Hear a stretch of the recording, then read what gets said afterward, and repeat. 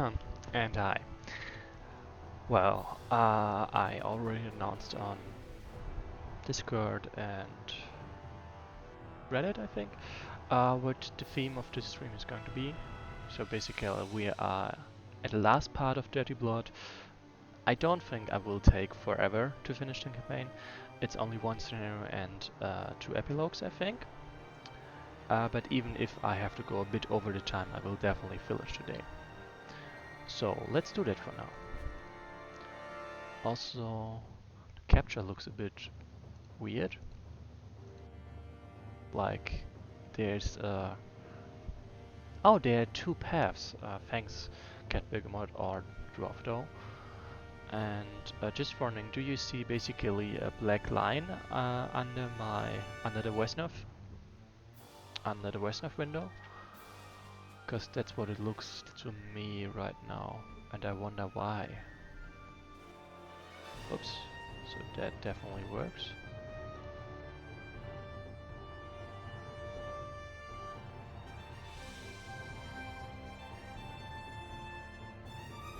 Screen. Yeah, that would help. That would make sure that I can see it.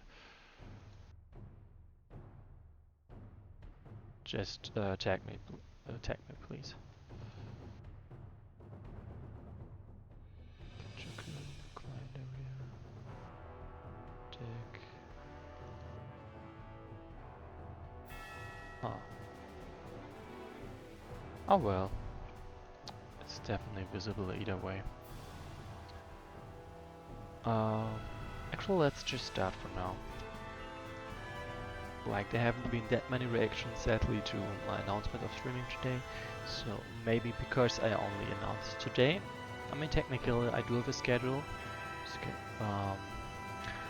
But yeah, I'm not that sure that many more will join. So, short recap of the previous scenario.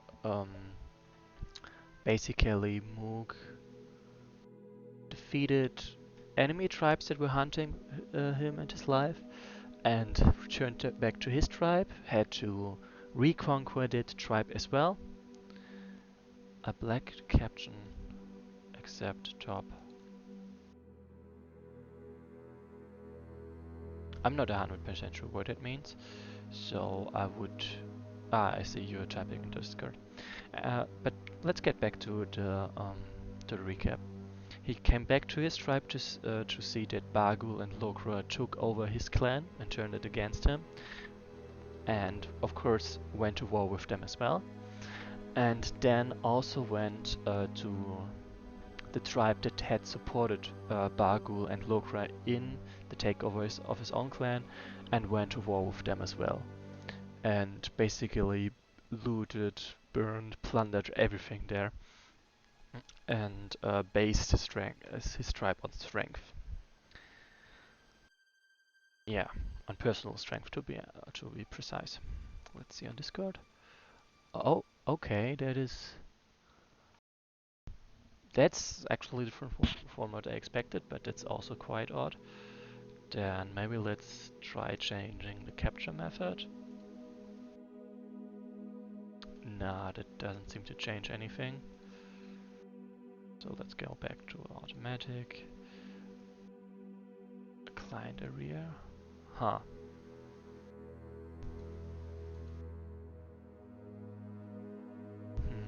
Another thing I can test. Okay, I kinda gotta go out for that actually. I forgot what the shortcut was, so let's try this.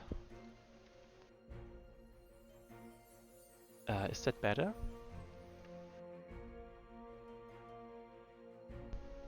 Like, are there still black captions anywhere or not? Like, I would expect it that are none, but I wasn't expecting the other one to begin with. Actually, I can technically just check my own Twitch. Whoops.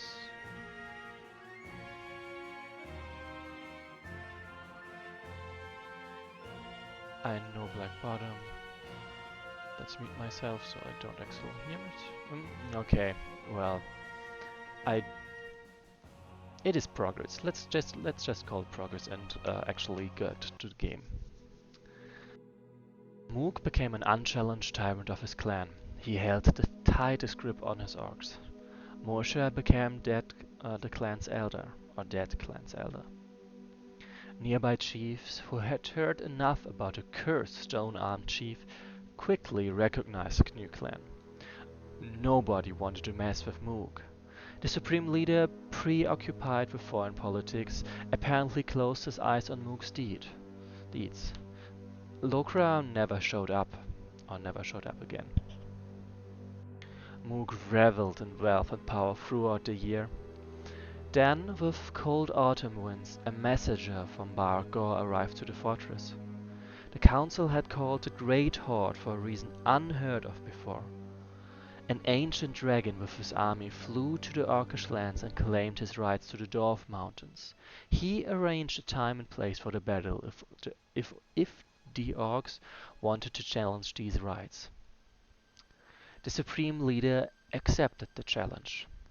In Catburg mode, because I've full screen now, it kind of feels more intuitive to tap out, so it would be very nice if you could uh, note those typos. First of all, on the map, at least on the English map, those mountains are called Mountains of Dwarf instead of Dwarf Mountains.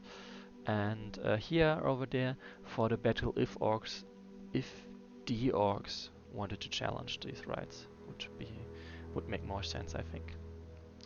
Anyway, the battle of the century was near.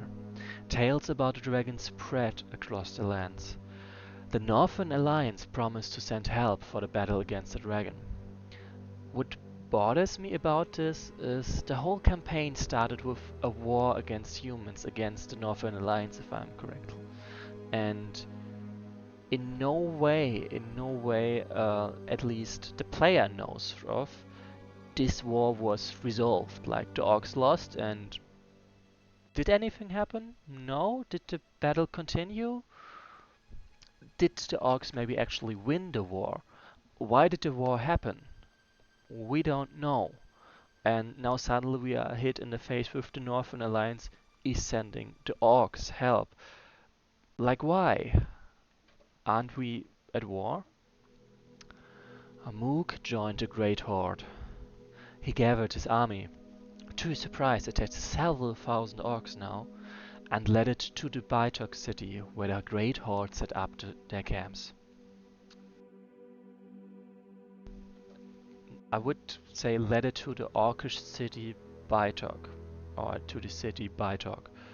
The Baitok city does sound odd. Moog led his horde through the lands of many clans. Half the Orcish country learned of the terrible stone-armed chief. Rumors swirled around Moog. He was the epitome of wild strength, just like the great chieftains of the Black Ice era. Perhaps that was why one of the warlords decided to contact him the morning before the battle.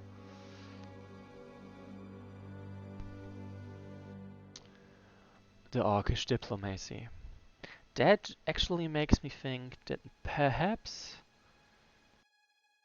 the Supreme Leader does have to worry about being unseated. But we will have to see. You really have a stone arm. Turns out rumors don't lie. What rumors? You don't know? The whole country speaks about you. You disobeyed the Supreme Leader, conquered weak clans, slaughtered all challenges, being with just one arm, and got ancient troll magic. You are cursed. You are feared. Rumors has it you want to dethrone the Supreme Leader himself. I refute me. That bastard cut my arm off, and pitted a lot of orcs against me. I'll never forgive him. But what I want to is to rule my land and have no scumbags in my way. Actually, sorry, I got like it shows me that the capture sort of cuts off to the right, which would, well, cut off information. For example, what level my unit is, which would probably look odd. So in that case, I would prefer the other one. But I will finish reading this first. Well, I see. Now, Chief, do you think the Supreme Leader will leave you alone? I don't know. He hasn't touched me yet. But if he attacks me, I'm ready to fight back. Words of a strong chief. But the truth is, no, he won't leave you alone. You became a bone in the throat of this country. The Supreme Leader won't be at peace while you live. Why so? Since the Black Eye united the country, not the strongest, but the most loyal orcs have made their way up. The current Black Eye is weak. He wants to surround himself with weak bootlickers who are afraid to challenge him only because he had a great grandfather. You are a strong chief. You made him nervous. He will never forgive you this fear. What are you suggesting? Actually, you are not alone. This country has many strong leaders who don't agree with the politics of Black Eye. I'm one of them. All of us have suffered from his meanness in some way. We want to change everything and to return the strong ones in charge of all things. We want to overthrow Black Eye and return the former greatness to Orcish lands. Right during the battle against the dragon? Won't it threaten the country you're worried about? Far from it. Weak races make politics in places. Orcs make politics in war. War decides everything. You yourself was in a big war and your fate was decided there, wasn't it? Yes. We have everything ready for the rebellion. I offer you to join us. You will hear my horn. It will be the signal. We will kill Black Eye, slaughter all weaklings and return the good or right of the strong. We'll recognize your rights and won't challenge your authority. You speak well, but I need to think. As you wish, Chief. You decide. But know that there is no third side in this fight. If you don't join us, we'll destroy you with all the other weaklings. Like, yeah.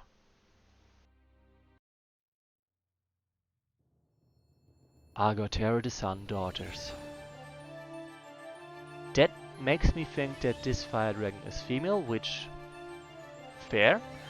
But what bothers me is then in that case that the story intro was that a dragon with his army was flying around.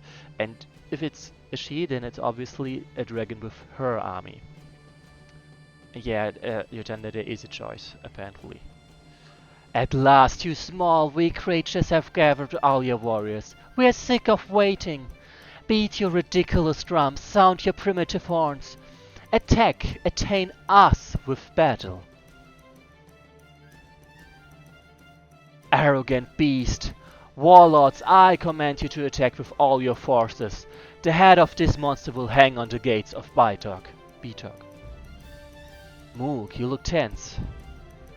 I see. The aura of this dragon, it disturbs even spirits. I don't care about the dragon. Never mind. We have to advance. Defeat the dragon. The rebellion will start on turn 4.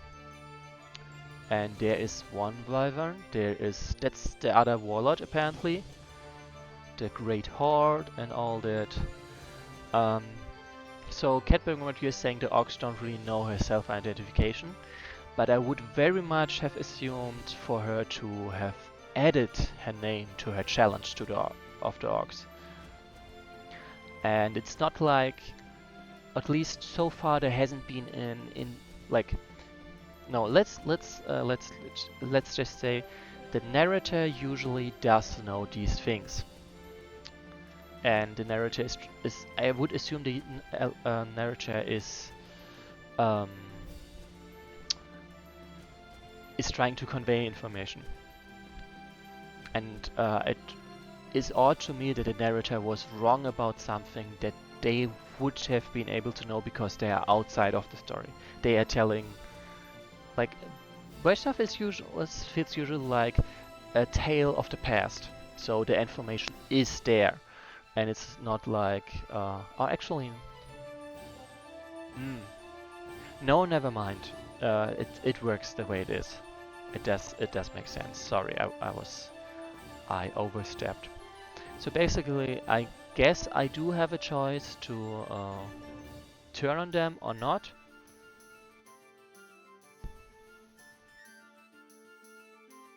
Sorry, but what about their gender is a quirk? That that doesn't quite make sense to me. So anyway, I wanted to check if you can see the right of the screen or not, or if it basically cuts off unluckily. No? No, this is... I mean, it looks a bit odd, but it works. Then I don't have to worry about that. Then, of course, get all my named units. And... how nice, of course. Oh right, I do have a mechanical ogre. I completely forgot to put him in the named units, so let's do that right away. I honestly forgot that for a while. The Great Ogre, if I'm correct. Yep.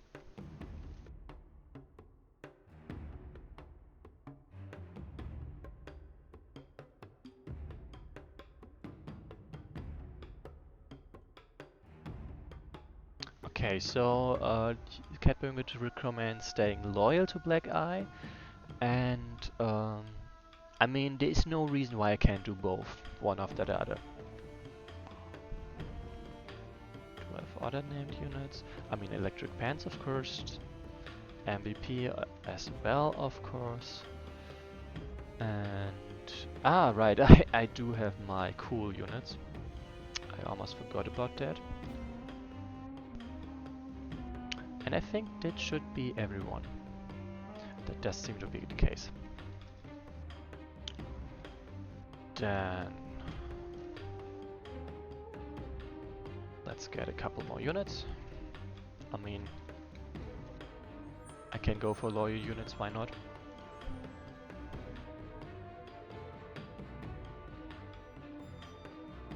Okay, yeah. Oh, alright, I kinda should stop skipping AI moves. Yes, of course. Oh, nice, that's pretty decent movement. Staying loyal makes it different from other campaigns where you bash everyone's heads in. Fair. Actually, let's look at this. Cave worm, red worm. Huh. Oh, I see, they have just different focus of attacks. And a wild wyvern. Okay. Then, first of all, let's take this one down. Like, that's the route I'm gonna go with first, because I sort of expect that it might be easier to stay loyal than betray. Yep. I mean, they are not bats, technically, not exactly. It's kind of funny how much faster they flap compared to the drakes. Oh, I'm out of money. This is also why Moog doesn't like why Evignor is closing the gap between Moog stacks of hatred and their own, because Moog often has to stay back to recruit and recall units, which of course makes it harder to gain stacks if you cannot take part in the battles.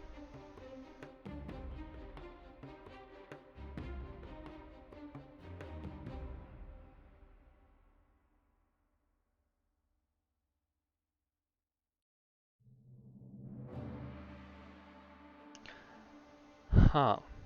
Honestly, I do think maybe I should skip the moves. Like, I'm definitely gonna show combat, but this is a bit of a large-scale fight. And what? The wyverns are fast. Like, damn. I'm definitely gonna back up there, and I probably get a decent chance at, well, fighting them before anything else happens.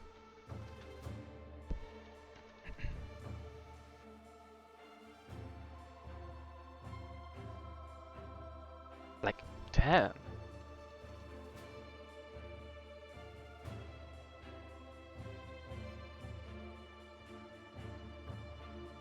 Yep, that works for me.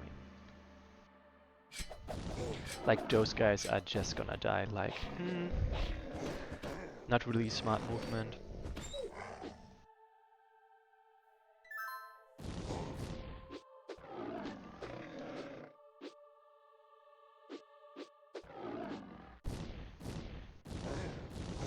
But I'll be honest, I think it's really stupid of the orcs to start this fight before the dragon is contained. Like, at least let them deal some damage for you, I guess, instead of YOLOing like that. Like, that doesn't seem smart. Yeah, okay, it makes sense that they would attack them instead of me. Okay, so next turn I would assume. Damn it. That's another reason. Like, see, this is what I mean with the stacks.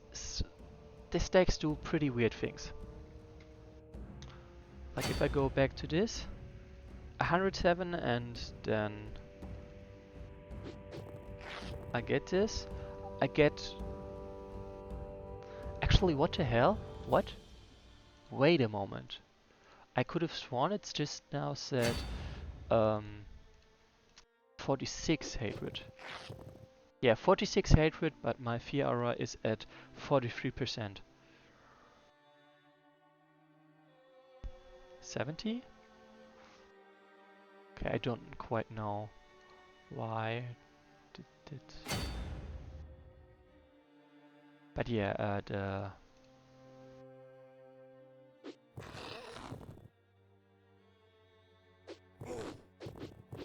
oh, the 70. You're saying the HP is. I just wanna check.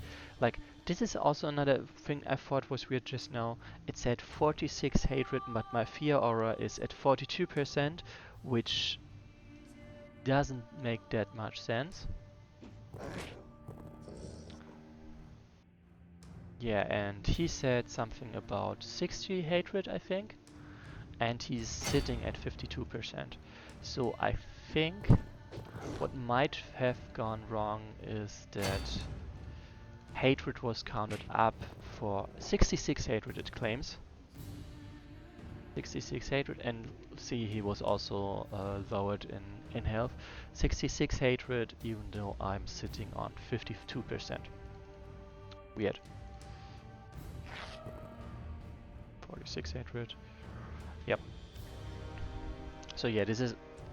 I think we can all agree this is very, very strange.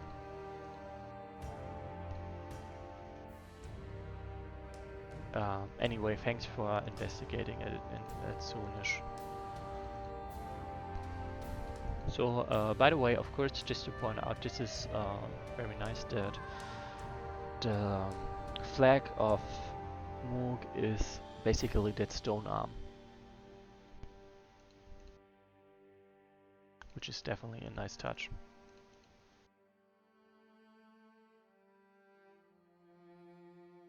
So as I said, I will side against the black eye now. Oh, nice! They spawn units there. That's useful. Down with black eye. Dirty bastards! What are you doing? Return the power to the strong. We've had enough of your degenerated dynasty shaming the Orcish race.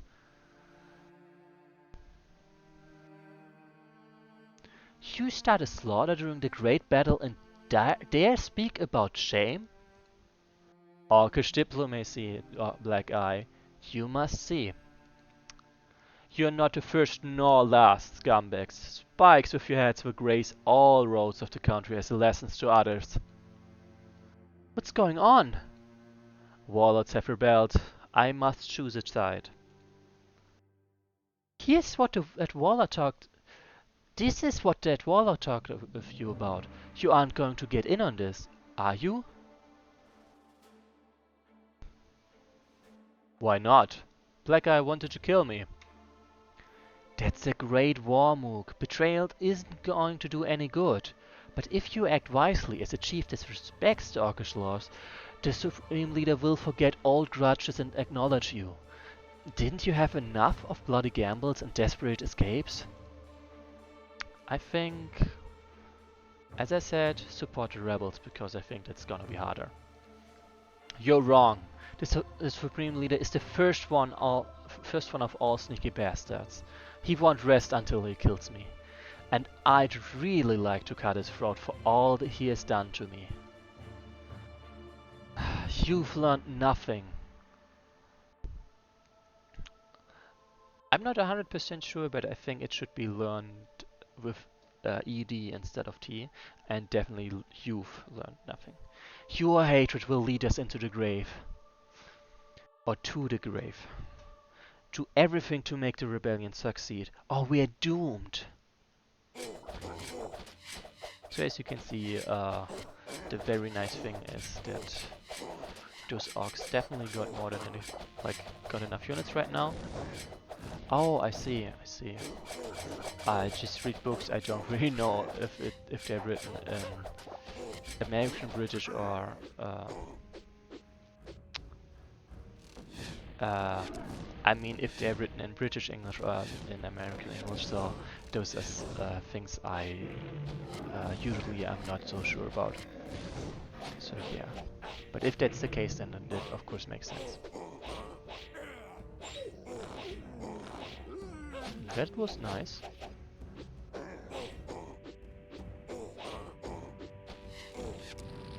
Oh, damn! He got a lot of money there. I wonder if he would have gotten that if... I mean, in that case, I would definitely have tried to occupy a couple more hexes in advance. I guess. Well, he's definitely now gonna recruit a lot of units, but not that many to save him, I guess. I would actually assume that he does get some of that money at the very least. No, not gosh. Oh well, that's fair. Anyway, I would assume he recruits those units anyway, so I do have a chance to save him.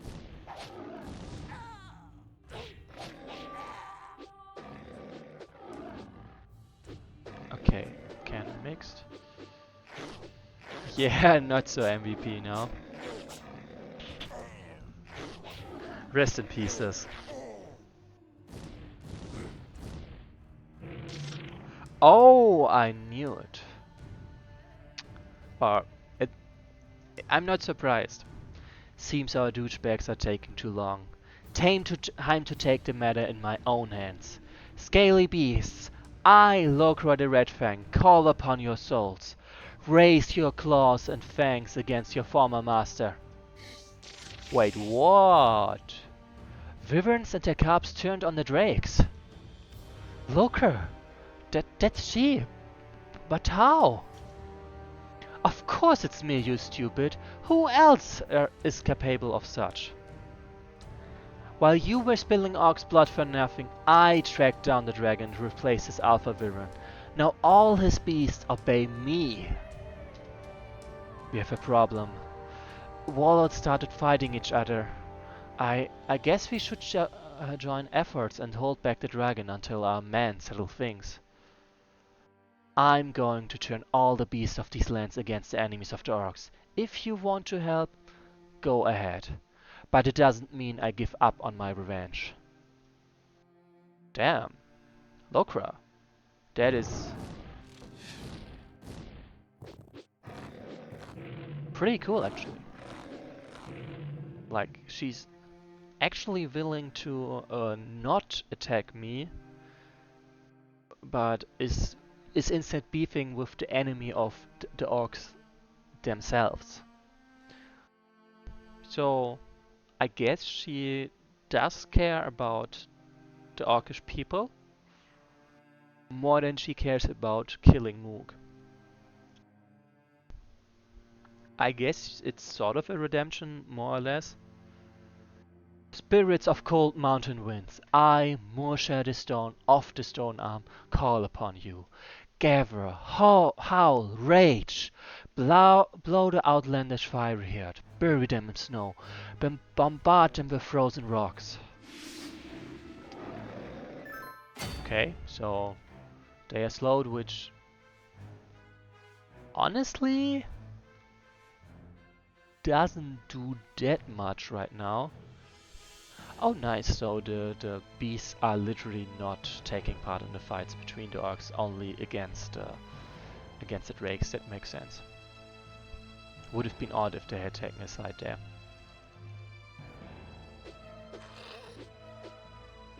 Oh, worth a try.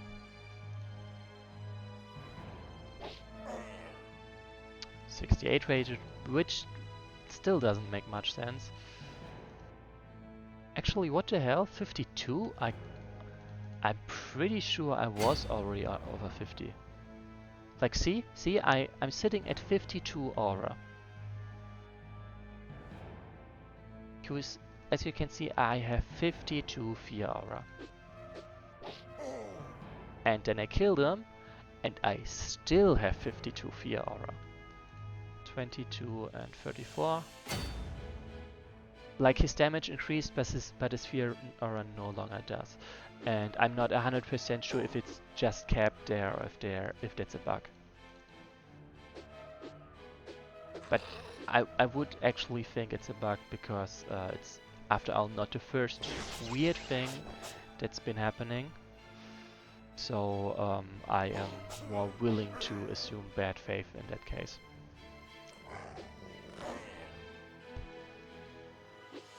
Or make bad faith assumptions.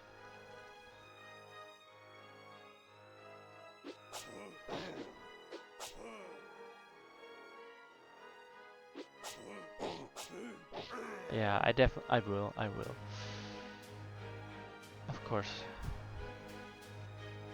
Then gotta make an inroad there, I guess. So for that, of course, I would go for Berserk. And yeah, I'm looking forward to finding out why the slow was important right now. So I would assume like, considering you say it is important, I would assume it's something like the drakes will get a damage boost next turn or something. But of course I don't know, I'm just assuming that. Nice. So I'm trying to occupy as many hexes of this place as possible. And for that, of course, I kinda have to beat them up first.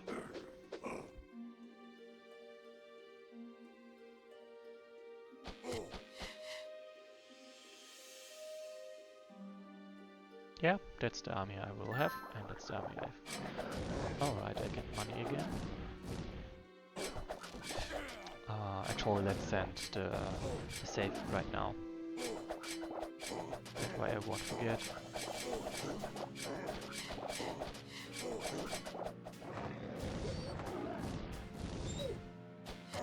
Actually, no, that was this very turn.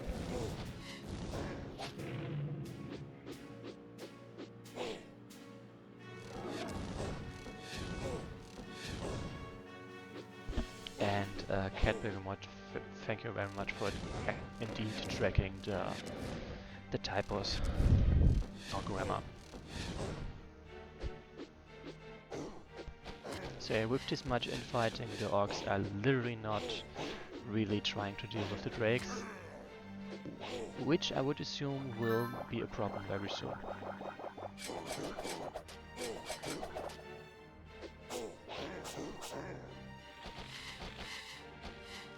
This is also interesting, like, look at this one.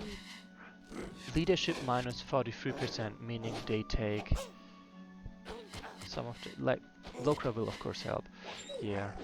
What I was trying to say, I assume it's because hatred is a kind of leadership, or the fear aura is a kind of leadership, so if the unit has a choice, it will apply the more positive leadership, meaning if I have Evil Gnaw and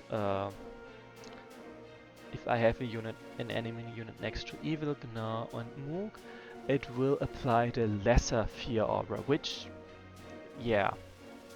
Oh, I see, after some fear aura goes like slower than hatred. Okay. Okay, in that case, that would make sense. So I, I overly relied on it tracking, but I overly relied on Fear Aura to track the hatred. Fair enough. We see you trying so hard to impress us. You warriors striking hard with their brutish words. Your witches casting their chants. Too bad it will go to waste. We will show you who are the true power. These burning skies shine worse than the sun. Oh, I saw that in the trailer. Damn, that looks cool. The dragon is throwing flaming rocks from the sky at us. We better hurry. Like, oh, I see they stay permanently slowed. Interesting. Okay, flaming skies is.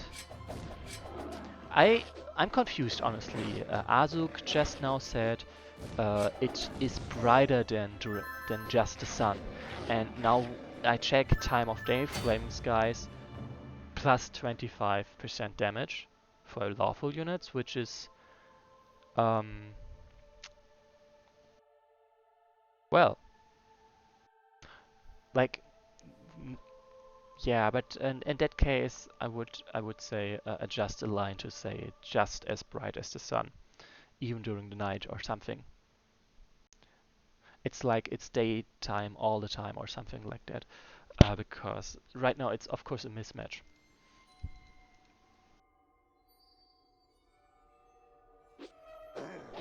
Yeah, true. Of course the damage will hurt. Yeah, a permanent slow would have been quite nice, but I guess can see that's not in the cards. But yeah, I admit I did not quite consider how crippling a 30 plus would have been for the orcs themselves. And just thinking of how much damage the what's their name? The drakes would do.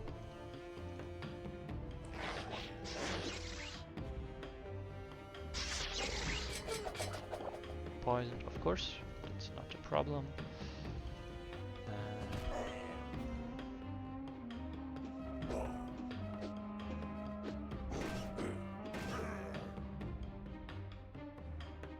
Okay. I'm not sure I understand 100%, but I don't think I have to.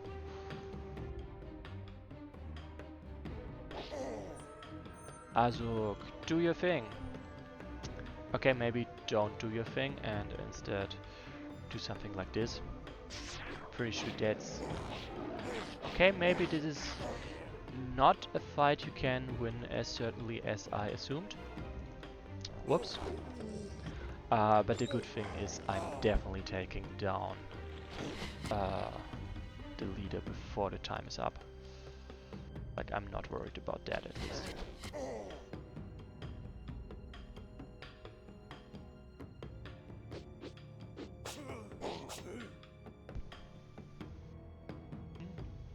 Gray is also almost dead. I kinda can see a Hoop dying very soon.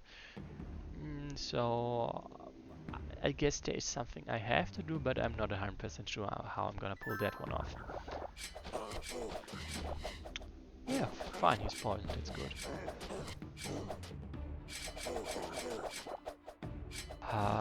They're so intent on poison everyone and everything. Which is quite useful.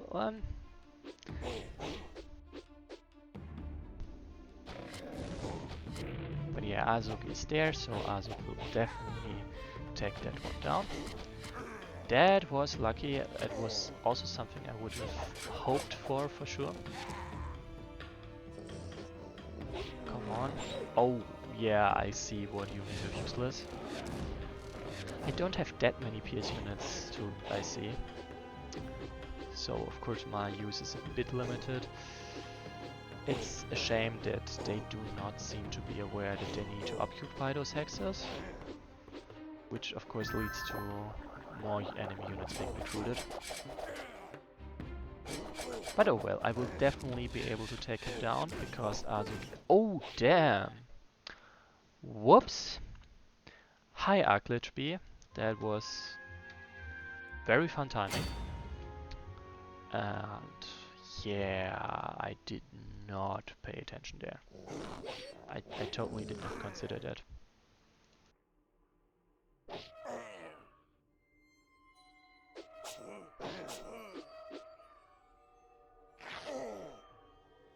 But yeah, in that case, let's speedrun a bit, killing those units.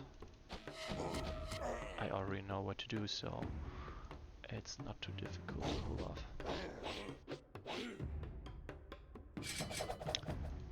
off. Excuse me? Well, I guess I will be taking that village.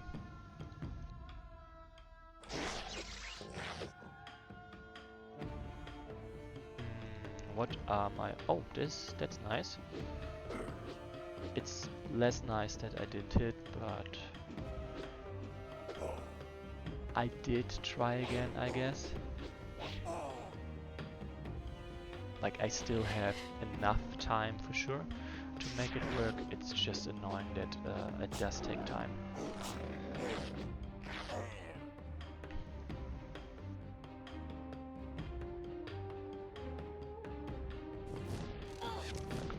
This one if I can. I cannot apparently. Well, this is a little bit awkward.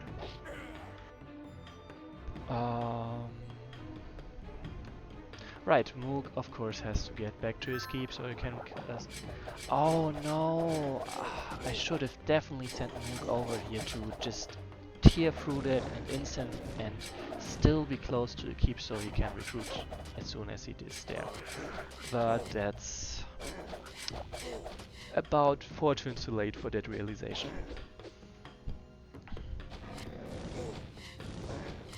Well, at least they are all poisoned. At least almost all of them.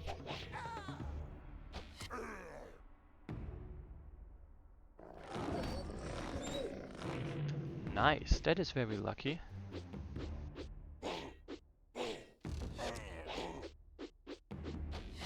Dangerous? I still have enough to...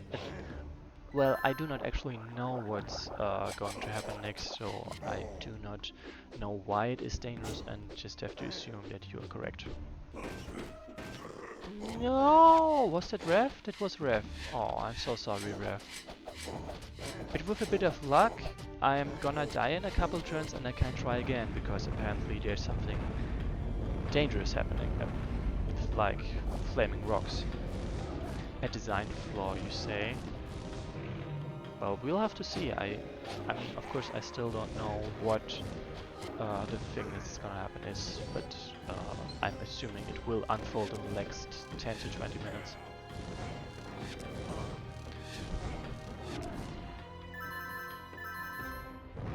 But yeah, I think I will very much go back to...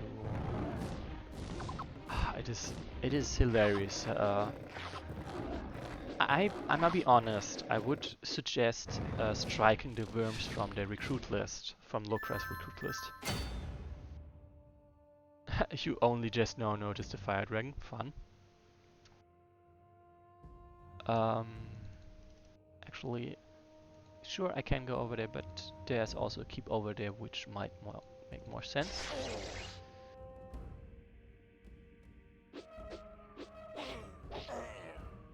Finally.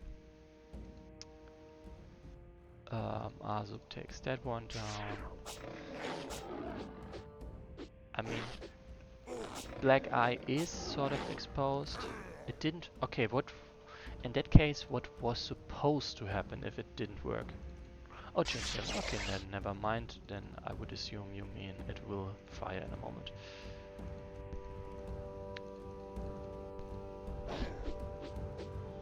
I really don't want to have to deal with that one. So maybe I just won't.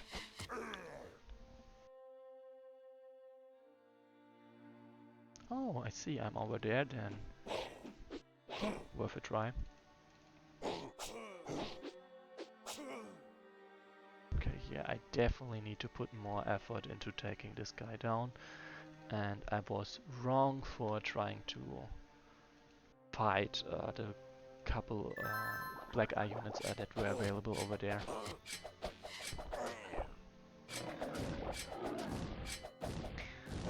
So yeah, when Morsha said that I need to commit and do everything I can to make this work, I probably should have listened, because I went at it pretty half-heartedly. Nice, the poison worked, and he's finally exposed. Yeah, because it does seem to be a bit half-hearted what I did.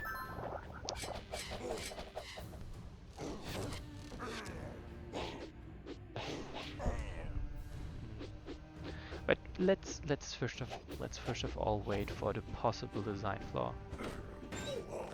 No, not how nice. I did not.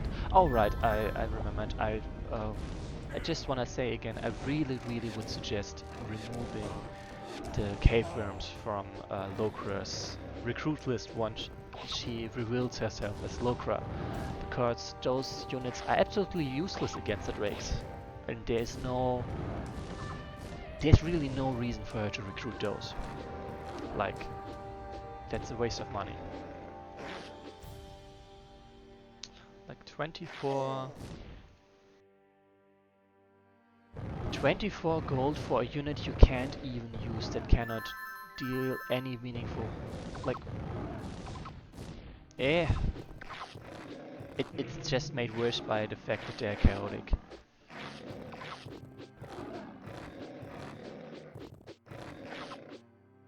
Oh, I see. Oh, I see. We have arrived in the name of the Alliance to assist you in repelling the attack of the dragon. We are at your command, Supreme Lord. Great! Besides the dragon, I've got a gang of rebels. They also threaten my power. Not a problem. We'll help you deal with them. Our mission is to support a legitimate ruler. Okay, this is messed up. Like, this is literally a tomato surprise. Like,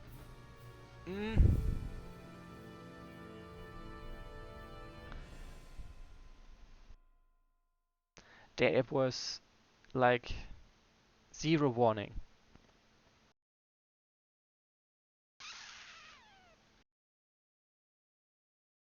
Maybe another suggestion, instead of having them arrive on the player's turn, how about making them, like, adding like 2 to 3 hexes to the bottom and making them arrive slowed.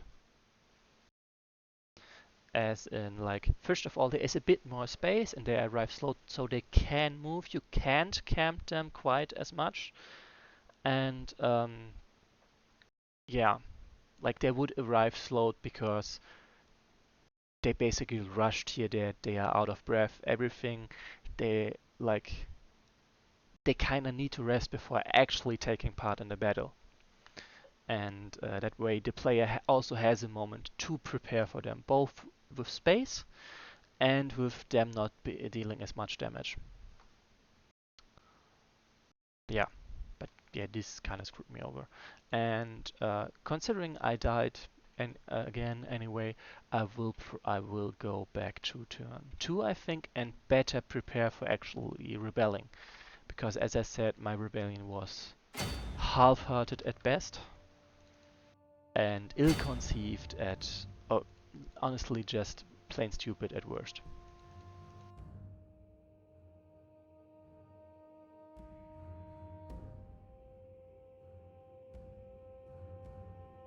Like, I know I want to take him down, and what am I doing? Just watching instead. That's not very smart.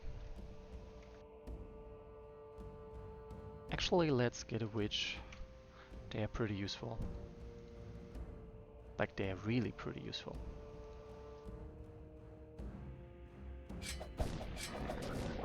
Also, by the way, welcome to everyone who didn't say anything. Like, you may not be active in the chat, but nonetheless, thank you for watching, and I hope you enjoy too. Because I cannot gauge your reactions your enjoyment by the chat, so I can only hope.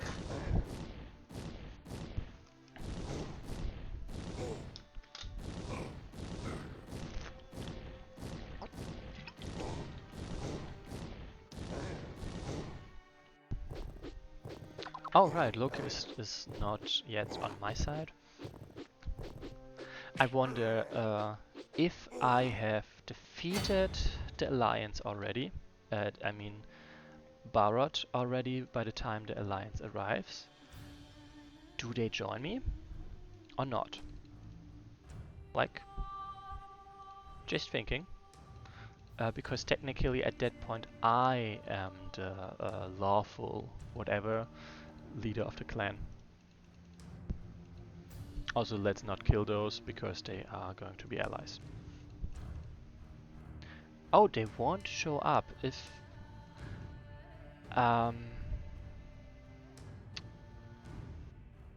like you're saying, if I defeat, they retreat.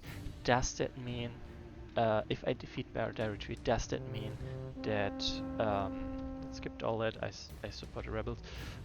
If I defeat Barrett, do they show up, see that he is dead, and then retreat? Because I think that would make more sense, or something. Or maybe some kind of message about we have to tell the Alliance or anything.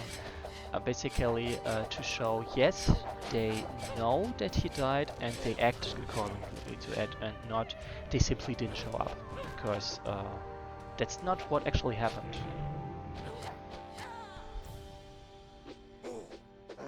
Wait, you're telling me you do not know what happens? Like, or, like I'm not 100% sure if I'm just misreading your words or if that's what you're saying.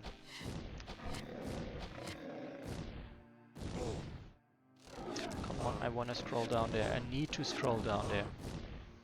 Please make a fight happen down there. I need to see. Oh, perfect. It is bright. That's nice. So, and with this I've made a much better play basically because the Barrett was only able to recruit 3 units, or at least 2 units uncontested, while I was previously able to fill the whole keep and all that, and now I have a much better access to directly kill him. Plus, I am about to use my berserk curses to mess them up. Oh, I see. Yeah, I would love for you to implement that. Or at least I think it would enhance things, and that's good.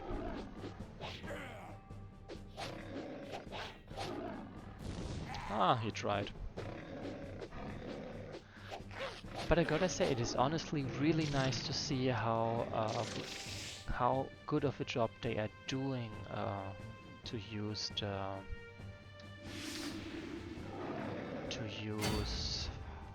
the leadership, right? It's kind of funny that the Fire Dragon is not slowed. Like, I would think that that one should also be slowed, or would be slowed by that attack. Moog, where are you? Sure, you can beat them up over there, but do I really want it? Oh, whatever. Let's mess them up. First of all, I would love to poison this one, but I kinda need to deal with this one. Is too strong to be slowed. Fire rays are also not slowed, that's true. What are my odds? My odds are decent enough. My odds are much better. Let's take them.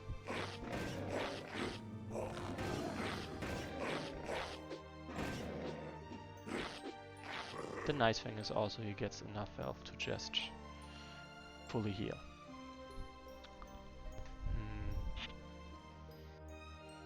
Looks like I can't reach that. Like, yeah, definitely beat this one up.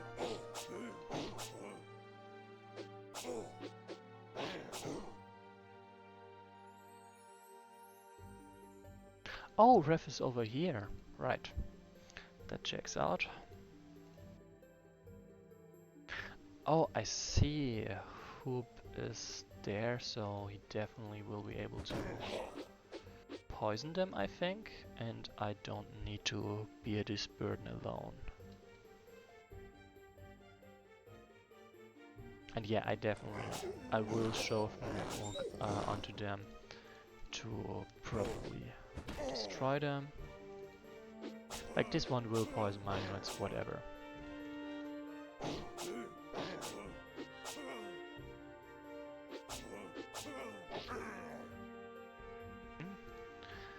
And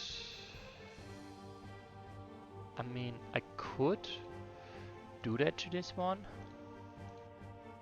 I want to, yeah. Like, yeah, those are.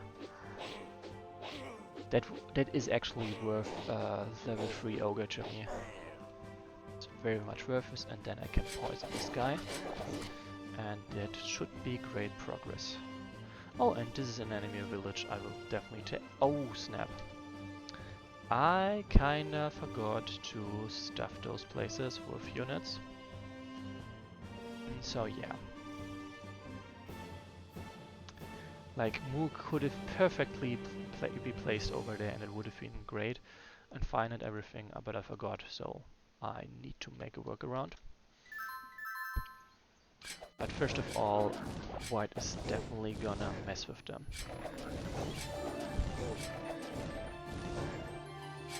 It's of course a very nice touch that White has like moves before Grey, because of Black in this case actually, because that means if poison is being applied it will damage them doing like immediately. Not next turn, but immediately afterwards.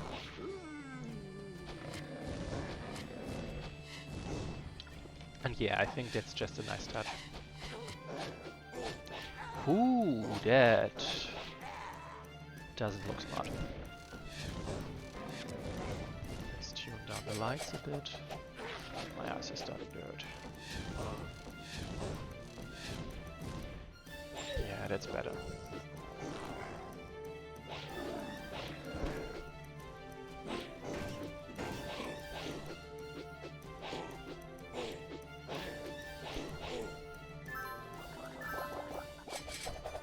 Okay, that's actually a bit too dark. I'm not seeing that much anymore. So I would very much like to congratulate myself for oh, Electric Pants is taking quite some damage. Congratulate myself for skipping AI movement because, well, damn. Because it would have taken forever and ever for anything to happen. Like, it's of course not as big as as Northern Rebirth, but it's still plenty big.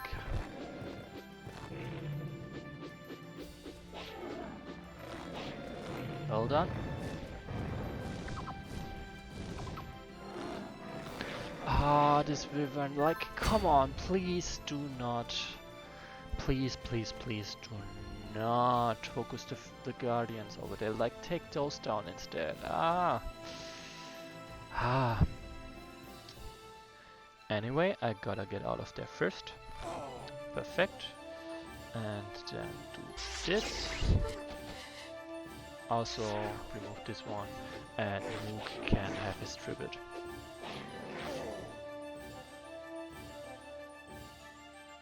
Damn, only 2 damage. That is harsh. Let the hunt begin. The Black Eye is dead. This is funny, like obviously they all turn to my side now, to my allied side to be precise. Cool, that's very useful to know for sure. But since the Black Eye is part of the event, they're still there and it looks like they are now also on my side, and that's a bit weird. Good job, boys. Now all clans know that the descendants of the Black Eye are wimps. They don't rule us anymore. We do. What's next? We have nothing to do here, Moog. We are going to Baragor to divide the Black Ice lands. You hurry up too, or you'll get nothing. What the hell? It should be what the hell. And what about the dragon? Let those who climb Beatok deal with the dragon. I don't care about it. But the dragon threatens the entire Orcish country. If you want to become the supreme leader, Hub, you must deal with it. It seems the Black Eye let all kinds of clan harlots consider themselves shamans and push the supreme leader around. I'll correct this mistake too. Soon all false shamans will rot in prison. Wait for it, dirt. What about my lands? Hurry to Baragor if you want to expand them. And worry about nothing until you're strong enough to stand up for yourself. After the supreme leader was slain, the great horde wavered. Unwilling to risk their life and demotivated by the chaos around, orcs started fleeing. You've made real crap, Moog. I told you not to mess with them. What do you do now? Leave like they did and wait until Hub or any of his scum goes to war with you? Like, you've made real crap is definitely not the way to word it. I mean, if you are not shy about throwing that word around, you could say you fucked up badly, Moog, or you made a mess. You've made a real mess, Moog. That is probably the one you were going for. You've made a real mess, Moog. But or you messed up real bad. Something like that. Shut up.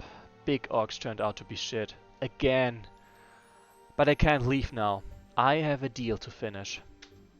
To kill the dragon. To kill Lokra. What the hell do you have here? Or what the hell do we have here? Or what the hell am I seeing? Like any of those. Why is the horde turning back? The warlords killed the supreme leader and ran away to divide his lands. Crap! And this is the country I fight for? But you stayed. Me and you have a deal left unfinished. I don't mind to resolve it with blood here and now. So be it. Better kill the dragon, Moog. You'll get so much authority among orcs that nobody will dare to attack you. It's your last chance to correct your mistake. Kill Lokra or defeat the dragon. Meteors fall from the burning sky every turn, dealing 12 fire damage to the target and 6 fire damage to everyone around you. Meteors can kill the target but can't kill bystanders. Meteors never fall on Moog, Morsha, Lokra, Barad and Hub. I feel like if I go over here. Oh, interesting. Yeah, I think this is very confusing. Like the nodes are there if you close this newly popped up scenario objectives. Like I closed them, and of course there were no nodes. There was nothing useful in information. And if I pop them up, I do get this information, which is of course useful and important. And damn it, now I have to kill them again. Whoops.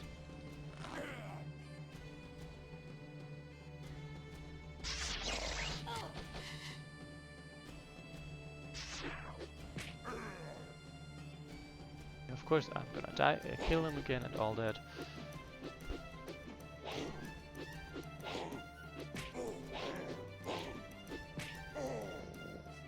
Let that begin and they run. Oh, now we get this useful information. And what I wanted to also point out, at this point Barad and Hub are no longer present, so it doesn't make sense to name them in this list.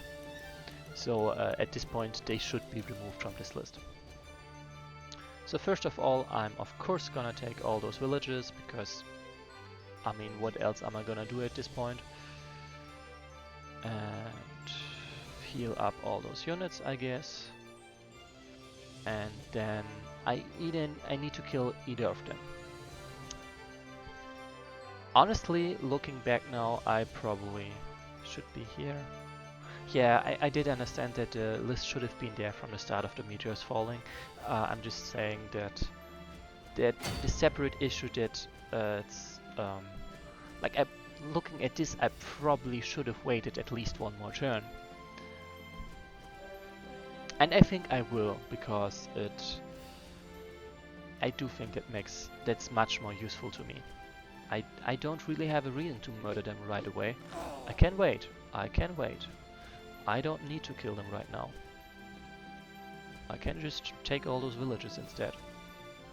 Just need to make sure that I keep having access to him. Like, and considering that they do not even bother staying. Actually, let's murder this one as well, so I have a specific front here.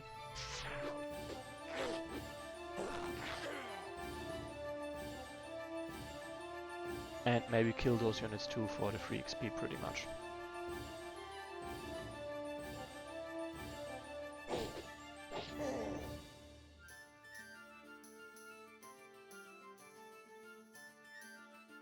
Yeah, and like this, I think. And now I believe they will beat each other up a bit more, which is more useful to me, instead of them, well, having run away before doing their job, basically. Like, I will definitely send Moog to collect a couple of those, use Moog to recruit a couple units, a couple wolves, or recall them, to collect all the villages on the map, because as I can see, there are a couple available to me. Like, it's not like they will use them.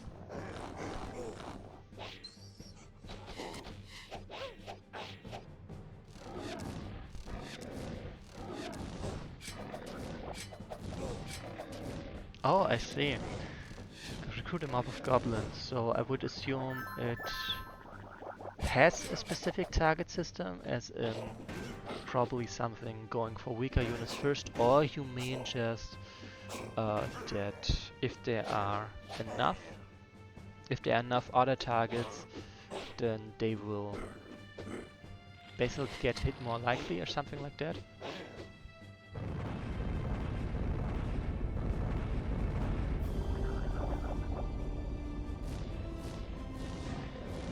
Yeah. Basically, if I have enough goblins, it's more likely to hit them instead. What the hell? The Dragon's Guardians are pretty strong. It's 20% HP, 35% damage, and regenerates. Damn. That is... I would want them as Guardians as well, that's for sure. So another thing about me waiting this turn. Yeah, on top of the 21st. Actually, it's 35% base damage. And basically that 35% is also multiplied with the 25%. It's not like it's not a 60% damage buff, so instead, let me calculate if that makes any difference, sorry. Like, let's say I have 10, 35% damage more is like 10, 3.5, and that point, like 1/4 more is, yeah, it's that much, and instead that would be just 16%. Yeah, it's not the same. Perfect. Then, let's see. I mean, I definitely just wanna collect some XP, maybe?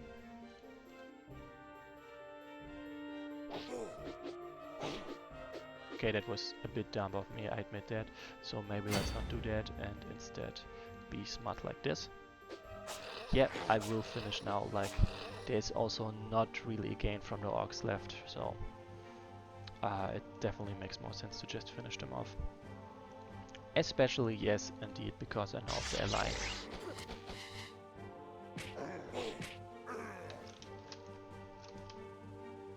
So as I said, I need to collect all those villages now.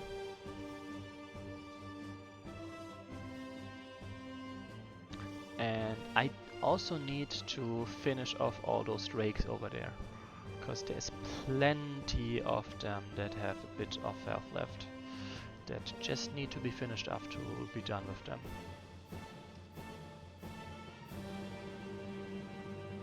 But yeah, definitely my loyal units first, because, well, they are loyal. That's quite useful.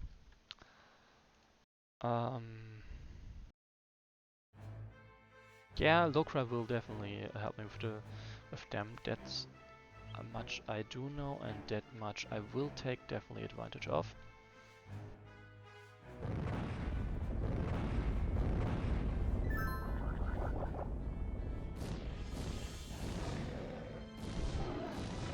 Since they are kinda on the same level, like geographically.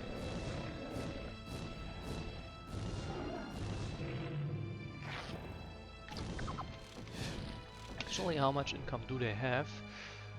Quite a bit. Strong.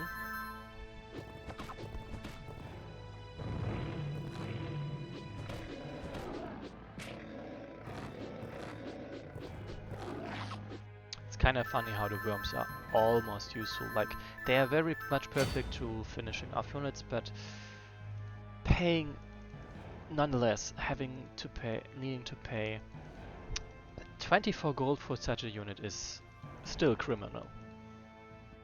Like, oh, that's just so mean. So my question right now is, like, you said there are two kinds of epilogues, and I would assume that kinda depends on whether I kill the Drake or if I kill Lokra, and then there is probably also, like, there's surely a difference between having sided with the Supreme Leader or not. So, isn't it, like, it's probably 3 epilogues, but one of them not being, like 2 of them being quite similar, I guess? I'm not sure. I'm just guessing. Actually the grunts are not that useful right now because sure. Oh, I see they don't have the Frozen Wind attack, then I don't need them. Sure. Some of the drakes do physical damage and like the monsters definitely do. Oh nice, the drakes do take damage.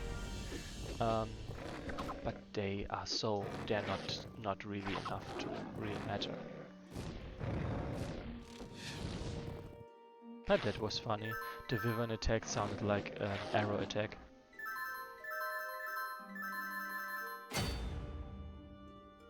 So that spider seems very willing to take my villages. Would like to. Depends on the side it took. Yeah, a very small difference. Very small difference in the epilogue. That's about what I expected. Oh, I'm really looking forward to see a bite attack by Evil Gnaw. Like, that's gonna be fun. That is very much gonna be fun. Like, it's nice. It's an ice attack, and 46 damage at least. At least with like, and then I get the Inspire attack on top, so that would go for 69 damage. Nice. I am so looking forward to that.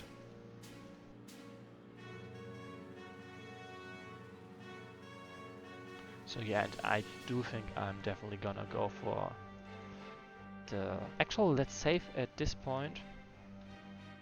So now I go for the dragon, and at this point I can still more or less decide to go for the Drake instead. And that's the plan pretty much.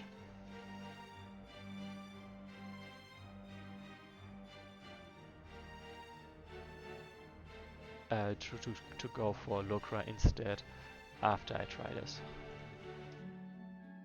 And this should be enough. Moog really needs to go. Oh, you played it when Evignor wasn't a thing. Oh, I'm very sorry for you. Oh, I would love an achievement for this scenario where. Oh, nice. She can keep doing that.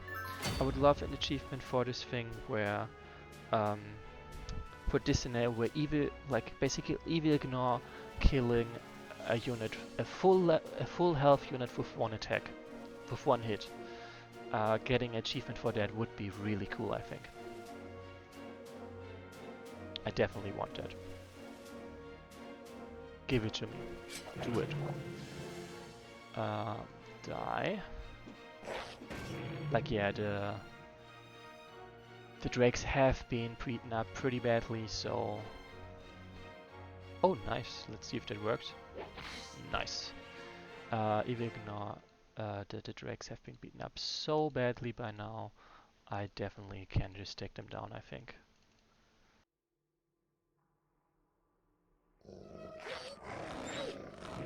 Perfect.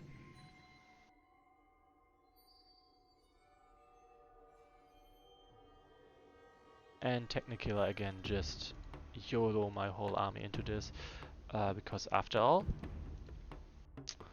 the fight is pretty much, it is the last scenario, the fight is pretty much over. Unless there are still nasty surprises, but the vibe of the scenario so far is everything is already on the table.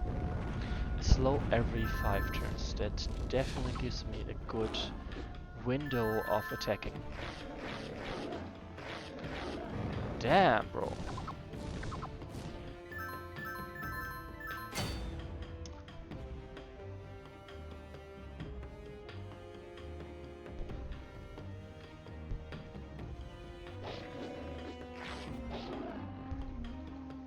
Ah, shame. He can't level up like that, of course. That's my mistake. Oh, okay, the guards are a bit slower. That is quite useful. Oh, Bug is probably dead if I'm looking at this correctly, because... Well, that's a lot of damage.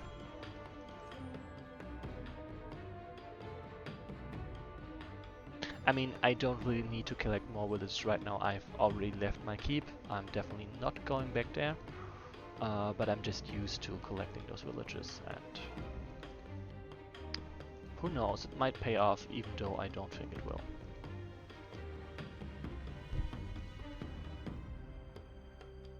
But yeah, it's kind of funny. The only reason why Moog is so low health is because of this specific bug.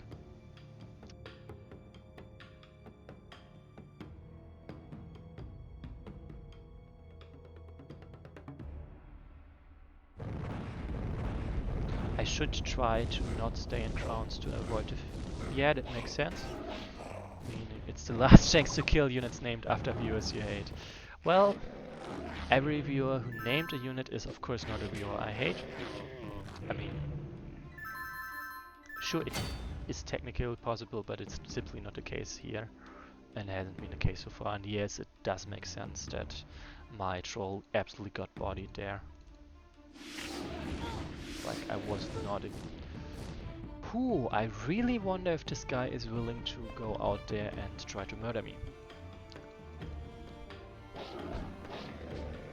That would definitely spice things up, but on the other hand it would also make it No! Moog needs to reach so he can kill units. I want to have him have stacks. Like this, for example. Oh, you are in the way. Please go away.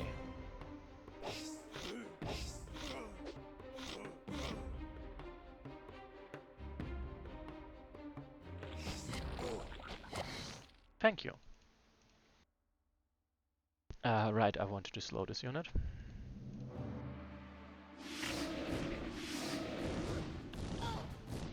Yeah, in practice I'm rushing this fight so much that there is not no real reason to do that, to do so. Like the fight will basically be over before things happen. Or before the meteors can deal enough damage to be that annoying. Practically, I definitely still should try to avoid them though. Less damage is always better. Yeah, oh nice! That's fun. I would have loved to see that. And I really don't get why Azuk tried to... Like... I mean, sure, it somehow worked, but it was such an incredibly bad idea. Yes, Archlichby, the time of day is flaming skies. Basically the rocks that burn that are being hurled at me, and so therefore it's 25% for lawful units all the time, every day, like all day long indeed. And Azuk totally needs a break. Like, oof, he did not sign up for this. Stacks. More stacks, please. And Evignar is also drawing near, which is very nice. And yeah, those 4 units, I guess they're just gonna stay here and defend my villages. Why not? It's not too much of a loss. Right, and the slow applies in 2 more turns, which means Guam is probably dead, to be honest. Actually, where is... there's Mechanical. Like, this Dragon's Guard is definitely gonna roast him. Which, I guess, sort of gives me the chance to roast them instead. It's debatable whether that's worth it. But he definitely needs to die, so at some point I would have to do that anyway. Well, that is not good. And I'm definitely about to... Oh, right. Oh, this dragon is also lawful. Yeah, that is a very smart design choice. That's gonna wreck me pretty badly, I think. I was like, at least the dragon is chaotic, so he will have reduced damage, but no such... Ooh, look at this guy! Did you see that? They dodged all 6 hits. Like, oh, 8 hits to be precise. Like, sure, he has a 60% chance to dodge, but I still think that was really amazing. That was really, really amazing.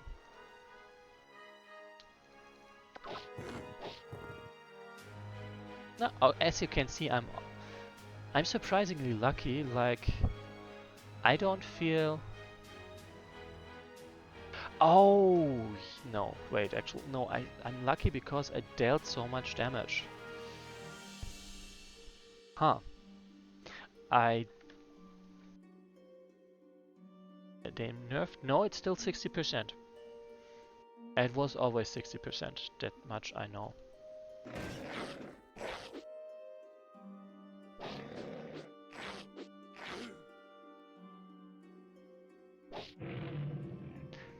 So technically I would love to hit them with the curse attack. Practically, I know I'm gonna get wrecked if I try that. So I'm hitting them with the slow, which is obviously still very debilitating. And then the plan is to murder those two, then berserk this guy, and then murder them. And that's the plan. I'm not that sure if that's gonna work out, but I'm definitely gonna try. Fun fact, Argoterra, okay. G-Forge, yes.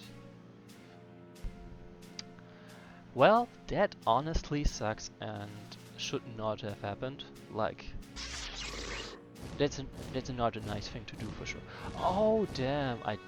If I could have just moved there earlier, I definitely could have made better choices.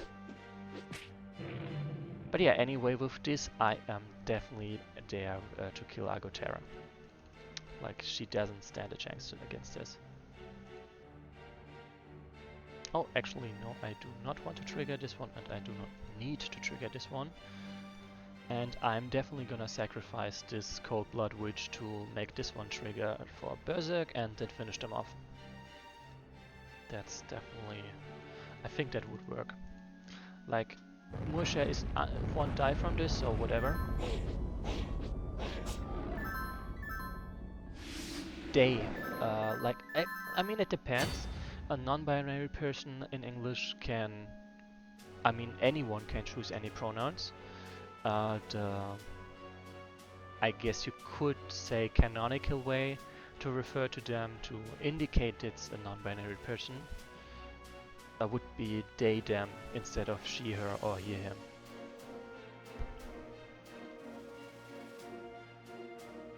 Hope that was actually what you were trying to say or ask. I could murder this one like that, but I really prefer murdering that one over there. And yeah, oh, I see, I could also just do this.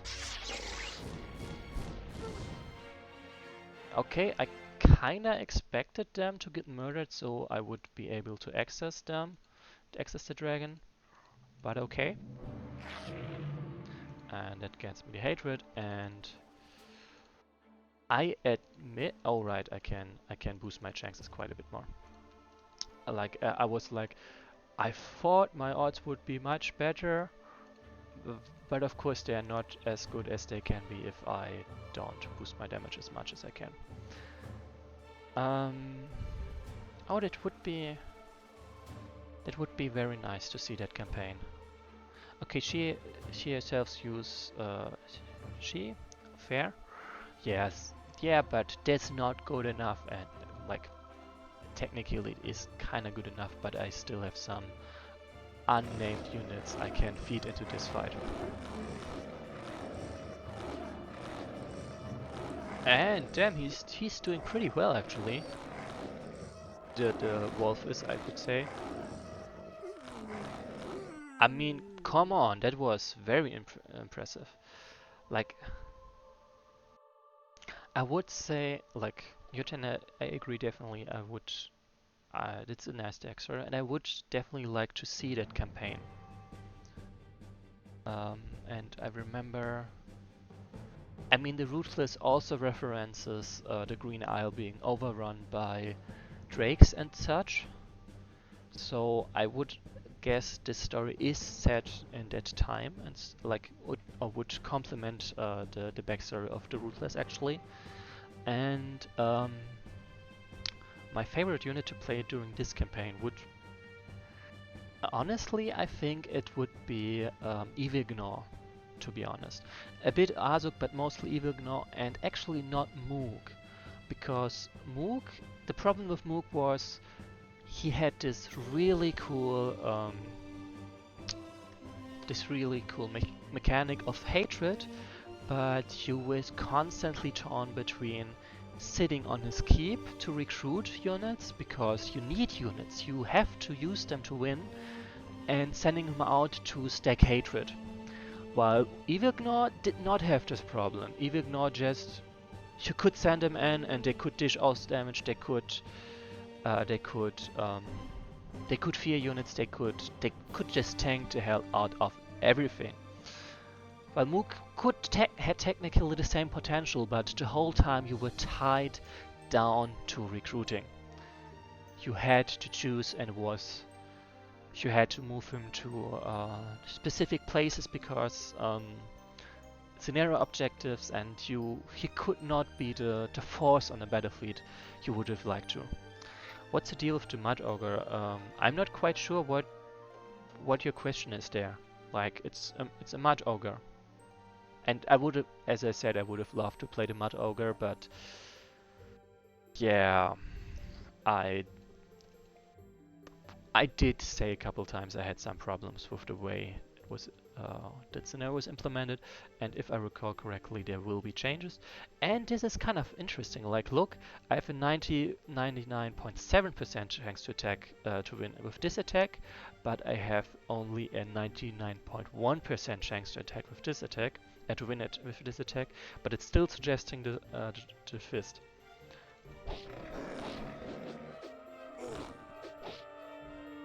How could a pathetic orc defeat us? After all the crap I saw, you are just a stupid lizard. Die already. As the dragon dropped dead, the charms he put were dispelled. The clouds of lava cleared and the bright shining sun came out. After several days of fighting under the flaming skies, the sight was pleasurable, even for a knight attuned to orcish eyes. The dragon's dead! I can't believe it. I can't believe it, Mook. You've made a wise choice. Unbelievable. That bastard turned out to be the worthiest of all orcs, and did what I, or the Supreme Leader, should have done. I still want to kill you.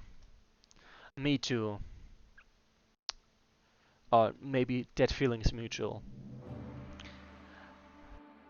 But after what you've done, killing you would be against my rules. And besides that, I have nothing, and besides those, I have nothing left. I have nothing to do in this country anymore. I'll go to the east.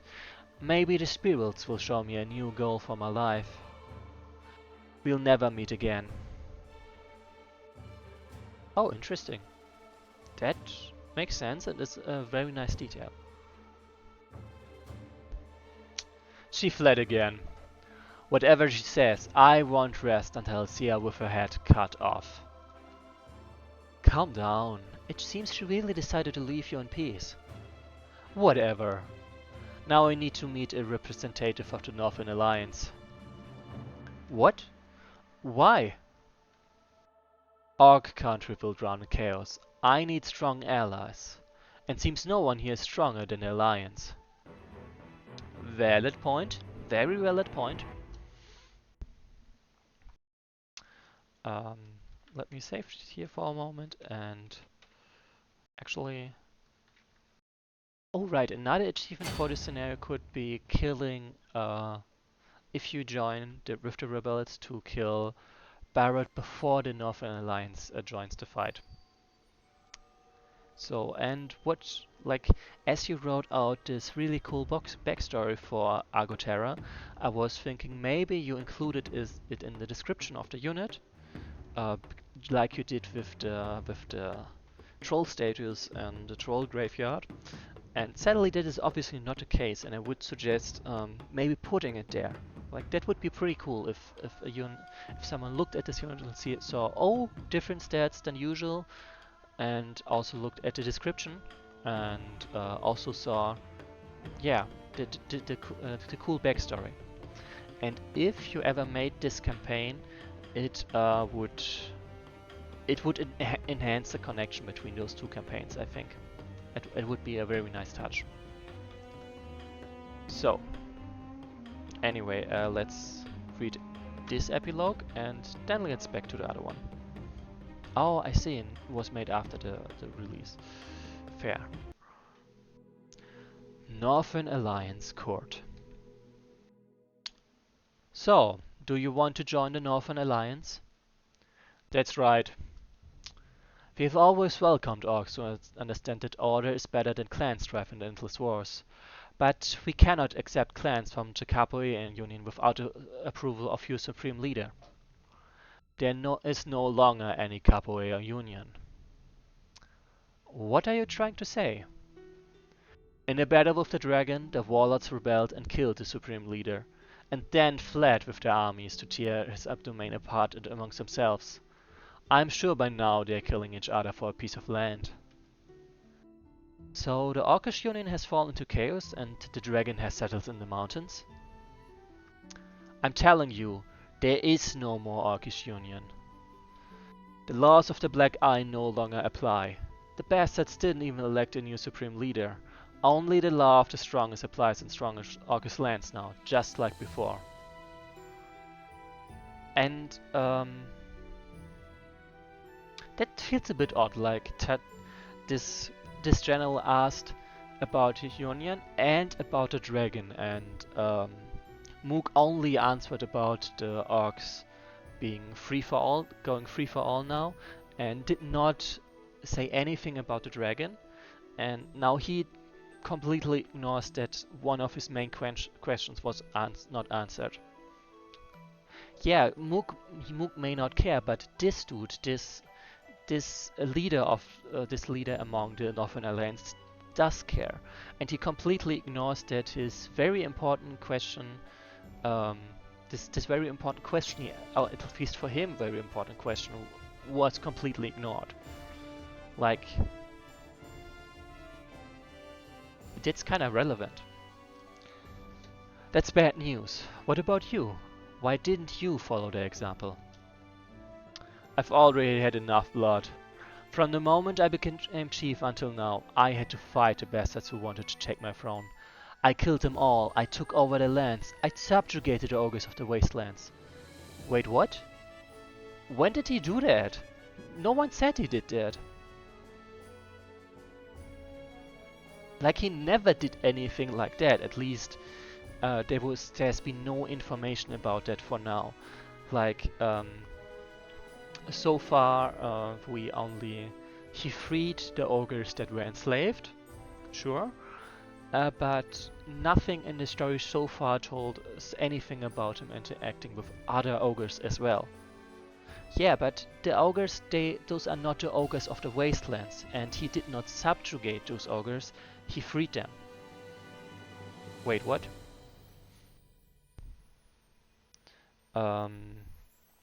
Actually,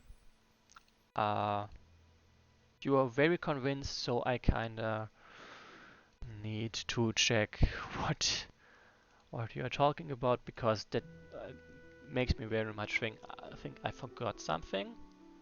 Scenarios, Cane of the Ogres. No. Well, I would still disagree, because he did not subjugate said ogres. They joined him, he freed them, Nothing so far suggested that he replaced the other clan as their enslaver, but more like he won their loyalty. There is no... He did not subjugate them. That's the point that irks me about that. Maybe, but he also wouldn't care to lie to that general. Like I would understand if he said he stole the enslaved ogres from another clan. Sure. But claiming that he subjugated them is a stretch. A stretch I don't feel he would make.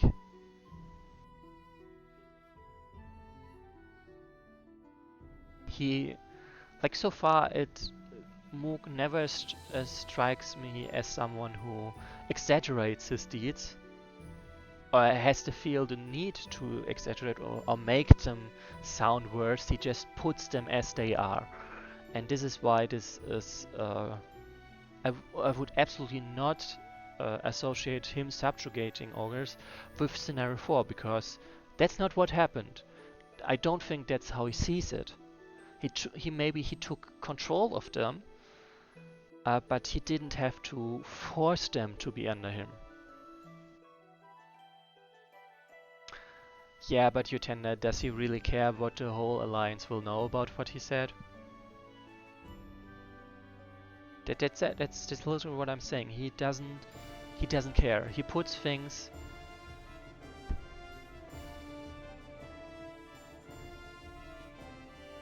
Okay, but then Cat Begamot, I would say, why is this the one thing, the only one thing he exaggerates about? Everything else he said is completely factual, except this one. And I just want to know why he would think that treating ogres worse wins him brownie points over everything else where he could exaggerate.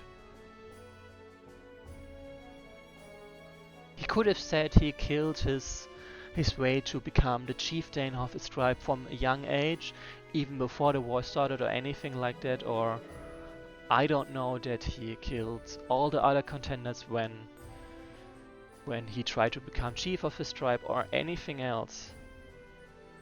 But why exaggerate just this one thing? He could have claimed that he attacked the trolls and forced them to make this arm for him. Like to, yeah. Like, no, like my point is basically just he is completely factual in everything else he says, and those are hardcore things he did. It's amazing that he did them, that he pulled them off. And this is the one thing he misrepresents, and it doesn't make sense to me. Also, if you say if you go for Utenda, like he wants, he's saying this so he sounds stronger or whatever, and like I treated these people so bad, and now I want peace. Doesn't really match either. Yeah, Utenda, and that's in that case, saying that he subjugates the ogres is even worse. And I don't think he really wants to show that he's different. It's more like he's saying, I did all that, and it's enough for now. I don't need more. He's already satisfied. He's like, that's the difference, yes. Yeah, no.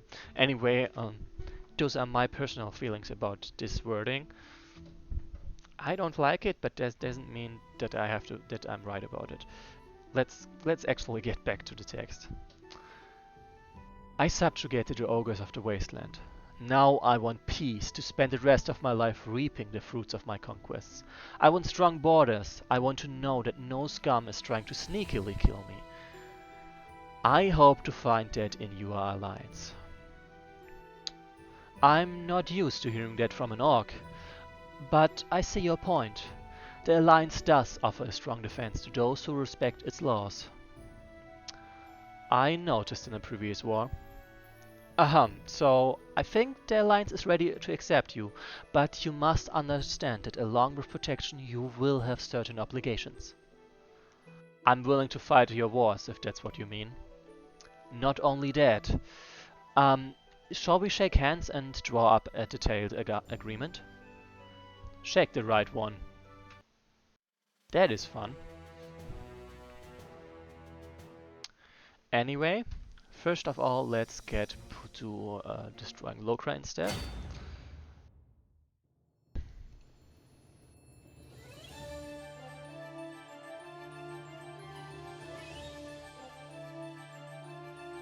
It shouldn't take too long, I think. Naturally, maybe it will take a while since Lokra is plenty strong, honestly. Like, at least her guardians are.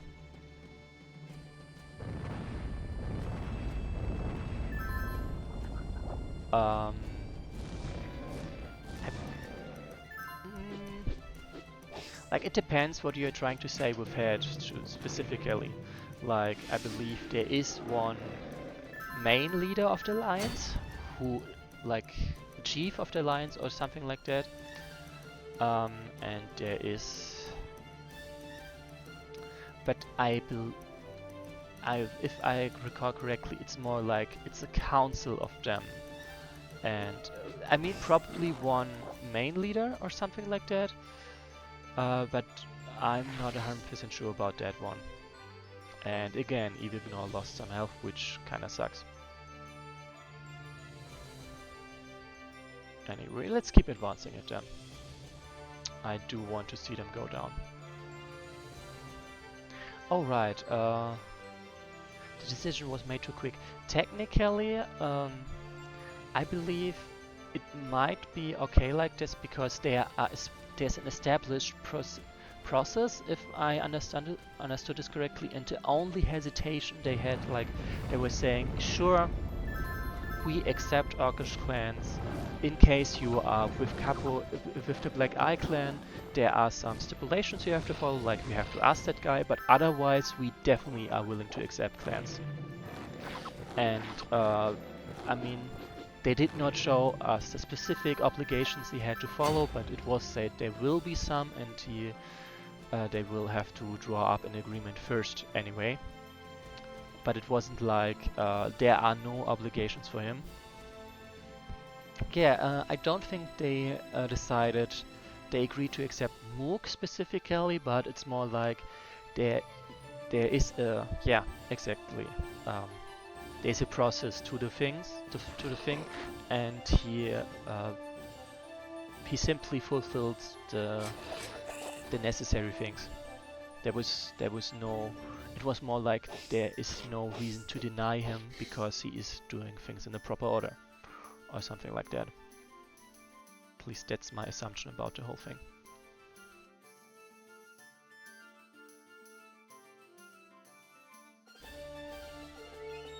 Basically, they don't see Moog as this special dude, but more like just one orc tribe that, yeah, asks if they can join, and there's a process for that.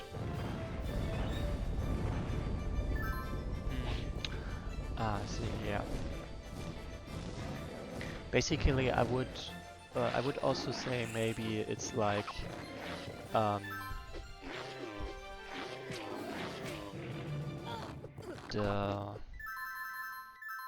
they can draw up the agreement, and this is already binding, but there will be later a ceremony of officially welcoming and all that. Like, they cannot actually make that decision because probably information will have to be gathered before it is finalized. But they do definitely have the ability to draw up the whole pyramid and stuff and agree on the fine print.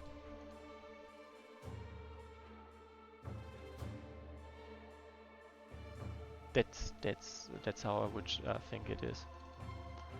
So yeah, dealing with those deities is gonna be a bit annoying, I think. But yeah, that's definitely the place where I try to brute force things with Evil Gnaw and Moog. Because of the damage reduction, they will get quite far.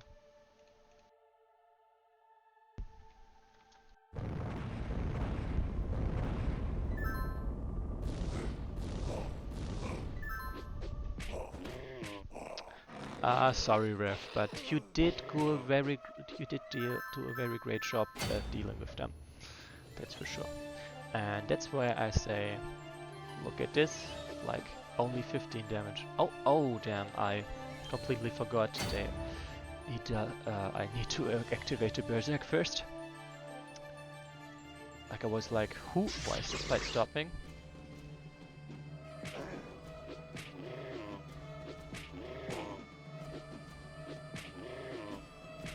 I mean, you gotta give those Yetis credit, they still deal a ton of damage.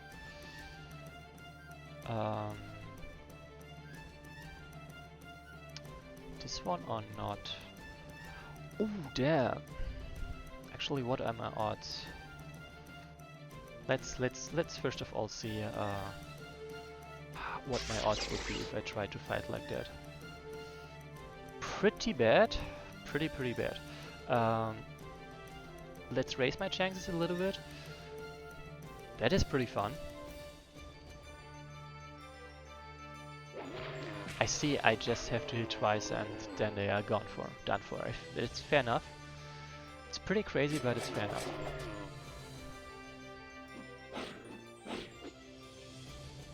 Oh no, gosh, is so dead because of that flame heart. I did not pay as much attention as I thought I did. As I should have, basically. And let's keep going. Like, Lokra is also very much dead, as always. Definitely protect Mosher. And I guess technically I could have gone for this one with Azuk. I maybe might have even won. at least dealt a bit more decent damage. Oh, nice! Basically, she was hit as well. Perfect. And Buck is getting wrecked. Not as much as I thought, actually.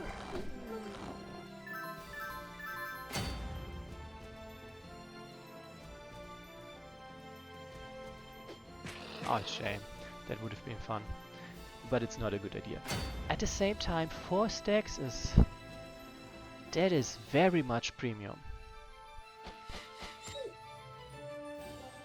Anyway, due to Lokra not, or at least Lokra's units not profiting as hard from the whole daytime thing. I shouldn't. Let's just hit her normally. Due to Lokra and all that not profiting as much from the whole daytime thing. Alright, I wanted to do this, so sure, my co-plot was due to them not profiting as much from the daylight thing. They of course they die much faster, or at least I don't have to be as careful. Also, they are not as... they are less guardians. That's the main reason, I think, why it's much easier to get to her.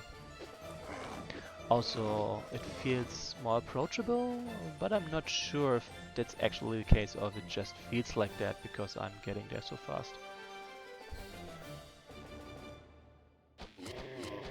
Well, let's save Gosh on and this guy and this.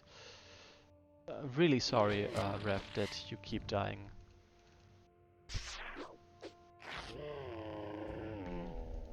Yeah, anyway, this is definitely a lock-in for having finished this scenario. And I wonder what the difference in dialogue will be. Like, probably the dragon settling over here. I would absolutely... I wouldn't mind for them, like, why not? They just wanna live as well. Boom. At least I'll see Bagul soon. I won't let you die so easily after all you've done, wretch. Just wondering, is Morsha really the one that's supposed to say that and not Mook? Because that's something that fits Mook much more, and Morsha was like, kill the dragon. And this very much looks like a mistake. Yes, okay, really Morsha. But why? There was really zero lead up to that. Like, and what? What? This feels really like their positions have been reversed. I mean, okay, Mook being willing to just kill them and be done with it does actually fit him. Okay, let's keep going. No, let's kill her. She didn't deserve such swift death. I don't care. I feel easier when a hit is split from her body. Ha ha ha! Ridiculous creatures! You came to fight us, but instead you were killing each other, ran away, and even slew the only one of you who managed to fool us. Orcs are real assholes, that's true. And what will you do now, Chief? Surely fancying yourself. I think it's called fancying and not fencing. But I'm not sure. Fancying yourself a hero, you will try to kill us and capture these mountains? No, take them. Take the whole Orcish country if you want. I don't give a shit about it. What about honor? What about Aurora's glory? We heard orcs revere them almost as much as our drakes do. And at this point, I would like to mention, considering the new backstory of this dragon, this dragon should definitely have already had contact with orcs, if I understand this correctly. Fancying, yes, indeed. Would have already had contact with orcs, so them saying we heard orcs and such would make less sense. In name only. You've seen it yourself, monster, which kind of treacherous and cowardly freaks orcs are. You've entertained us, chief. We think we won't kill you. You can leave the battlefield. Aye, take care. What will you do now? Our country will drown in chaos. I need strong allies, and seems no one here is stronger than the Alliance. So I guess this gives the same kind of epilogue, and but yeah, I wanna point out like also one reason why this surprised like Mursha's role, Mursha's words don't make as much sense to me is because it's a complete reversal to her actions in the other ending when you kill the dragon. Like first of all, when all the other orcs fled, Morsha was don't kill Lokra, kill the dragon instead. Like as in not kill both of them, but kill only the dragon and not Lokra. And at the same and now when and also when you kill the dragon, she says, "Yeah, let her go, let her go. She doesn't care about your death anymore." Um, okay, that's kind of cruel. Anyway, um, it's that is definitely not. It doesn't feel like it's reflected in the campaign as it is in this scenario. Like as I said, if you kill the dragon, Morsha is all the time the one pushing for. Morsha is all the time the one pushing for letting Lokra go, being willing to make peace with her, and yeah, it doesn't make sense to me that she suddenly is the one that wants to torture her and everything, when she previously was like, hey Lokra, hi over there, we agree on the whole good of orcs and all that, so we're gonna work together and please don't please don't go for Lokra. And now that Lokra is under her mercy, suddenly torture her or whatever.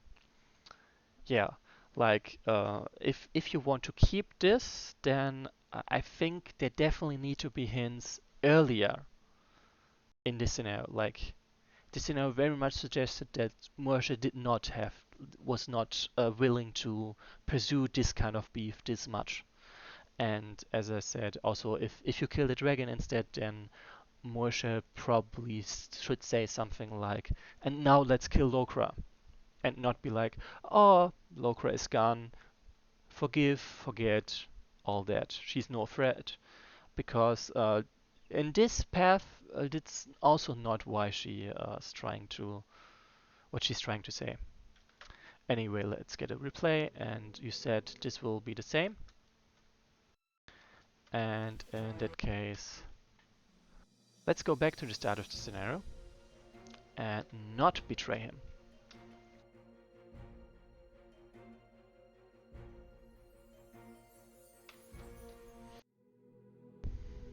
So, and I really hope to get like that he still gets the gold bonus once that guy starts hitting.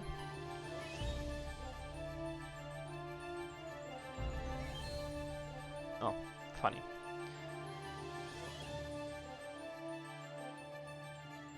Then again the named units first.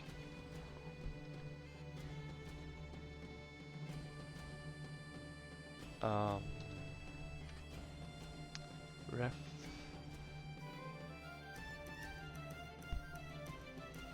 accident, of course. Let's not forget about accident. Right, Azuk, and actually in that case I definitely should put my ice monarchs, my evil. Oh, that's funny. My ice monarchs over there. Actually, what's his?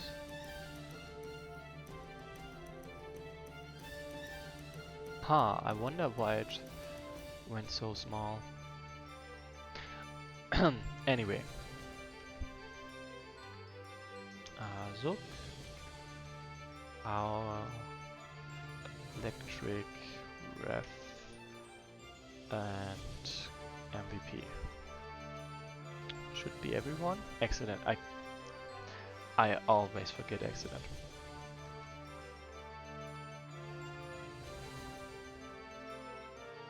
I wonder, do I also have to rush with the others? Like, do I also have to rush killing the enemy leader? Or the allied enemy leader? You know what I mean. The enemy chieftain. That's what I mean. Anyway, as I said, let's get over there. Let's get down to business.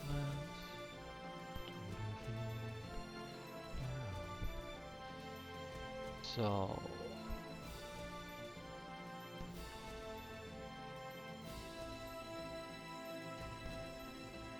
as you can see, I'm definitely sticking to lower units. Makes things a bit easier. So I know about Mushakut. I mean, yes. But that's also another thing. Morsha didn't, like you say, Morsha wanted to torture her and didn't quite come off like that either. Like, sure, she doesn't want to allow her to die quite yet, but it is not really clear what exactly is supposed to happen. But yeah, basically I do think Morsha needs more characterization to support the way things supposedly go. Or are meant to go according to what you had planned.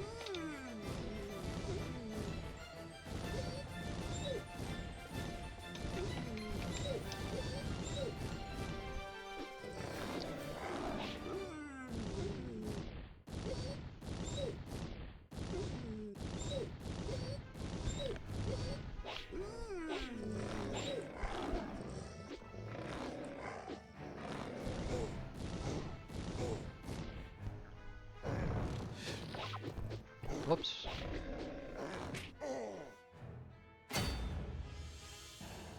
I did not mean to take that village, my bad.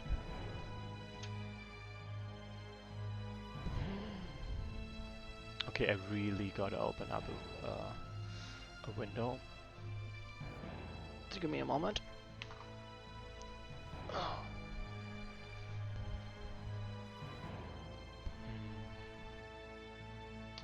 Can you hear background noise or not?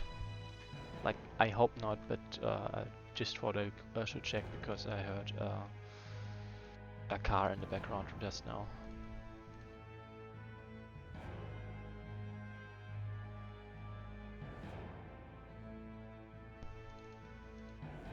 So yeah, this is gonna be a bit annoying as they attack and I cannot retaliate yet. But whatever.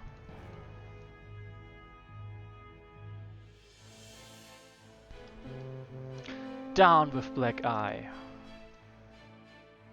So yeah, I'm technically. Oh damn it! I skipped it. I don't know what they're gonna say now. Also, I accidentally went with the wrong option. Anyway, what I was trying to say is, I think it would be better if I read this out. I'm just a bit exhausted, so I'm not really motivated to do so. But considering this time we are obviously going with a different route, I will read it out because to make it more coherent.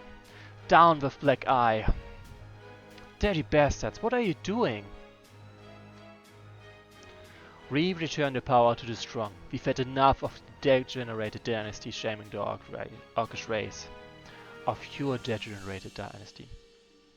You start a slaughter during the Great Battle and dare speak about shame? Orcish diplomacy, Black Eye, you must see. You're not the first nor last scumbags. Spikes with your heads will graze all railroads of the country as a lesson to others. What's going on? Warlords have rebelled. I must choose a side. This is what that warlord talked about with you about. You aren't going to get in this, are you? Why not? Black Eye wanted to kill me. That's a great war, Mook. Betrayal isn't going to do any war. But this is a great war. But if you act wisely, as a chief, I think there's a double space over here. Wisely, as a chief that respects the Orcish laws, the Supreme Leader will forget old grudges and acknowledge you. Didn't you have enough of bloody gambles and desperate escapes? I support the Supreme Leader. You're right, the Warlords are another sneaky orcs, just like the Dead Oak Chief, Challengers or Bagur. I have no reason to believe them. I will act according to tradition. Tradition should probably be a lowercase, and support the Supreme Leader. He won't have reasons to bother me then. I'm glad, Mook, that you finally act as a wise leader. Let's crush the rebels before the dragon makes use of the moment.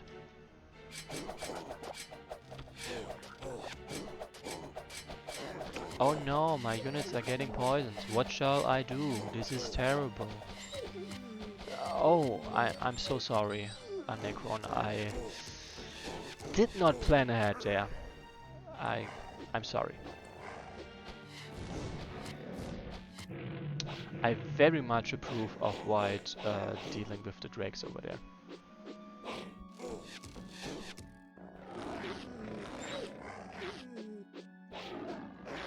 Hi, Refumi. Like, it was not a plan, it was an accident, I swear. But on the other hand, this is the last scenario, so there is no reason to... Oh, I knew it. That guy gets the money, not... The one I'm not allied with gets the money. Ah, shame. Guess I have to neutralize their whole army myself.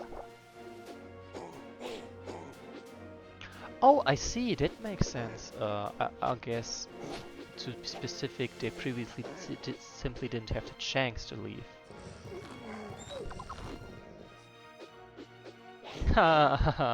Rev, actually you got killed in every ending so far. Like, this is the third ending I'm going for. Like, 3 different situations, basically. And as I said, you got murdered every single time. I'm sorry about that. But you did a good job. That's gotta count for something, probably. Hopefully. Ah, this is really a shame. I wish Lokra would turn before this happens. But of course that's not the case.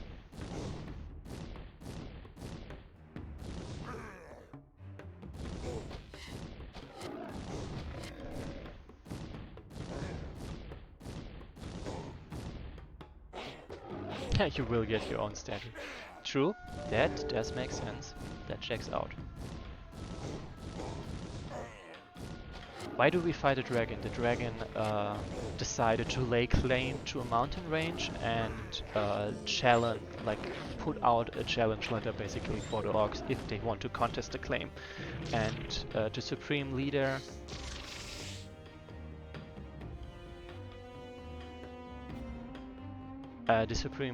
called the Orcish Horde to contest said claim.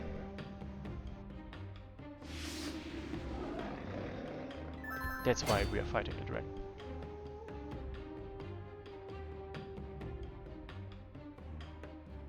Oh, I see. No thanks. I'm not interested in that. Just got a mail I do not care for. Mook obviously needs to murder something or someone, so he can summon the wolf. Oh, I'm dumb. I can totally get a level 3 unit. I was like, yeah, I don't have much of a way of doing this. But I definitely have a way of taking this one down.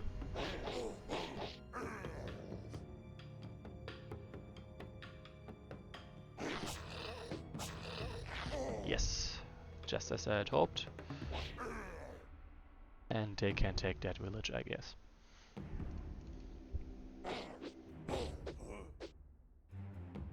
Not a kill, but whatever. Shame. shame, shame, shame. First of all, let's start getting rid of those units. Wait, I mean, I would assume that it's the same event, but that they are on my side, and I'm a bit confused as to why he would specifically mention the event if it's the same. So that makes me wonder if it's not the same, and that's actually worrying me. So if your plan was to worry me, you accomplished that. Yeah, no Saurians for you, sorry. Sorry, not sorry, basically.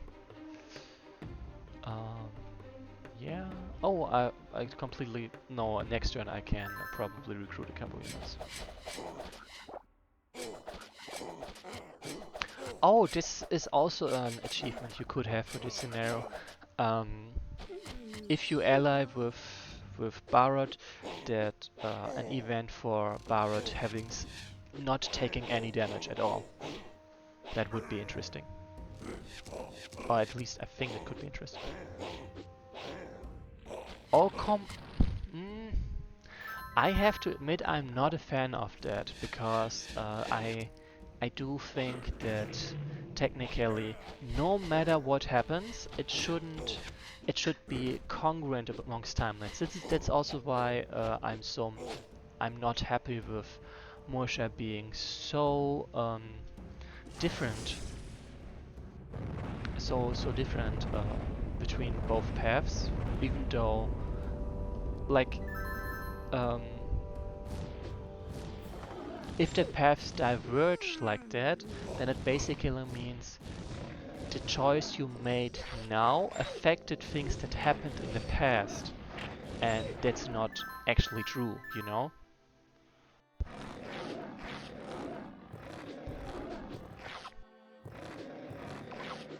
Like, I feel like if you make it into a hostile event this time, then you would have to add an explanation why it is different. Like, for example, your decision now caused something that will turn this event that happens very soon, in the very near future, change something about it. Like, for example, um, I support the Supreme Leader, and that's why Hope called for aid, for example, and that's why Hope receives backup instead of Barot, and maybe the backup he calls is smaller than he expected because they had to deal with the Northern Alliance on their way, which would explain why there is no Northern Alliance support. And it would be great if that was conveyed, that like there was a Northern Alliance on the way. I mean, it's still being severely implied with this side there. And yeah. Does that make sense?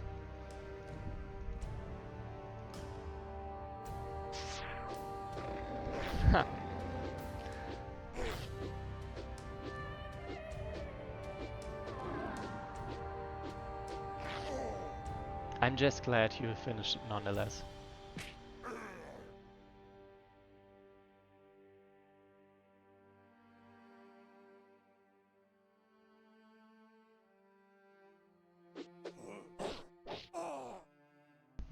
Yeah, I do also think the events look great. Like my criticisms basically are more like those things can be improved. Those things could be even better. Those things would make more sense like that. And the only reason I can criticize basically as much as I do is because there is already a lot of base I can spark my mind on, like, because my changes, I'm trying to make changes that are in the spirit of what's there, what can improve what is already there. And for that work, of course, there needs already be quite a bit to be improved upon. Okay, that was not that smart, but it still worked, so I'll take this as a win. Um,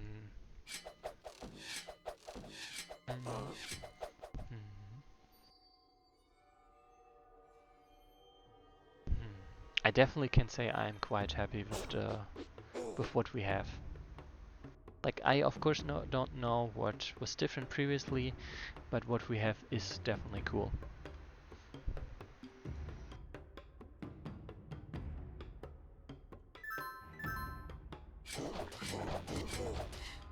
So also I very much hope that the orcs do stay if once I... Actually... Okay, I can kill him. Nice. But I probably won't be able to kill him? I don't know. Is it mechanical? Okay, it's not mechanical, so it's not the Chabluff that I...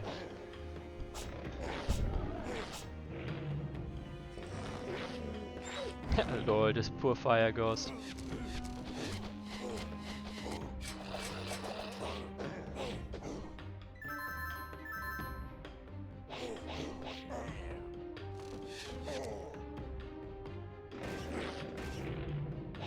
So yeah, I'm guessing the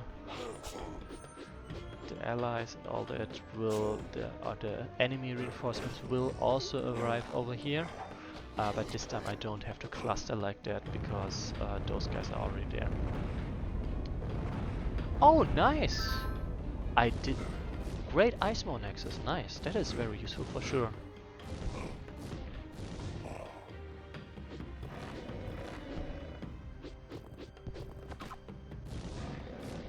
Gotta turn on the lights, it's getting dark.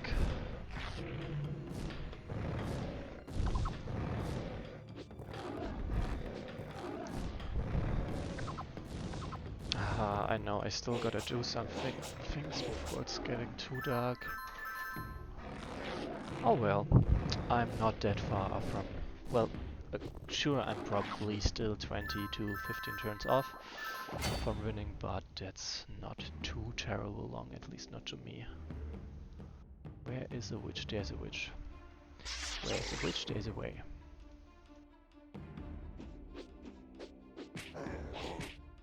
And run. Oh, never mind. I cannot send him to run away yet. Whoops.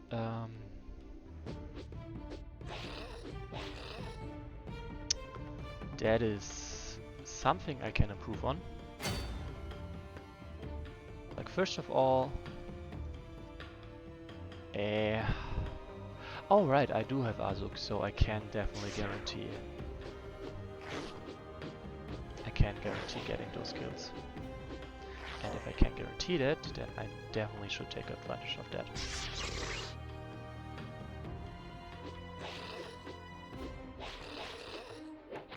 Boom, and run the hell away. And yeah, I think that's decent chance. Boom. And he's still losing health. That is the only thing that's really annoying. Actually, what happens if I kill that dude before time runs out? Not time runs out, but before the time is up I need to survive? Like, I would think I no longer need to survive, right? Because, yeah. I mean, sure, I will still have to survive the drakes, but they are not really... Okay. Okay. Let's just pretend that didn't happen.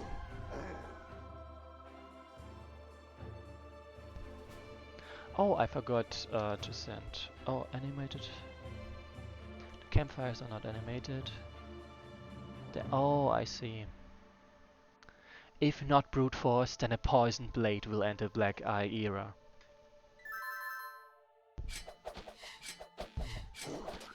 But yeah, basically my polishing idea would be those are reinforcements that got called in, and they had to tangle with the Northern Alliance, and that's why the reinforcements are not as big as expected, and that could be commented on, for example.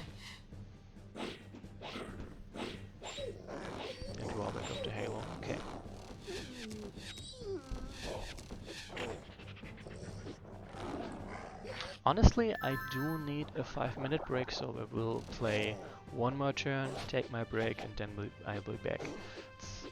I mean, I am already in overtime, but the end is... I can see the end by now. But I don't see a reason to force myself into being uncomfortable for that end. Ooh. 5. Well.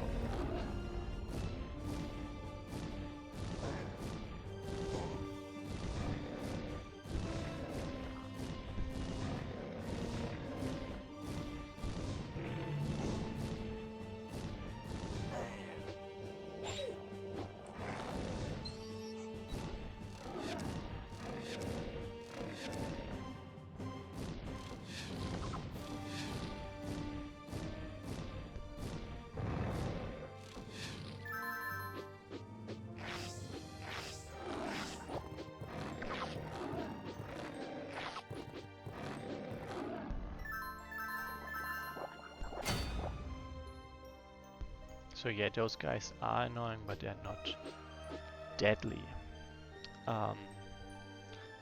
It's definitely annoying if I don't hit anything for sure.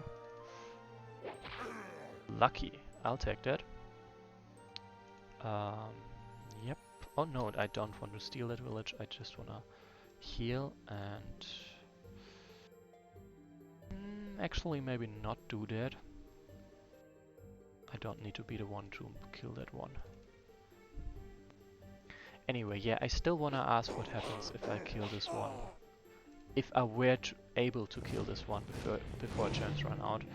I definitely can see that I'm not able to do so. But if I was, what would happen? Poison is annoying, but villages are nearby, that is true. Like damn, this guy is still alive despite those guys apparently attacking as well. Die. Like this guy being fearless is very, very nice for sure. That one needs to die, honestly. Like, go away. Yes. There we go. Probably dead, but whatever.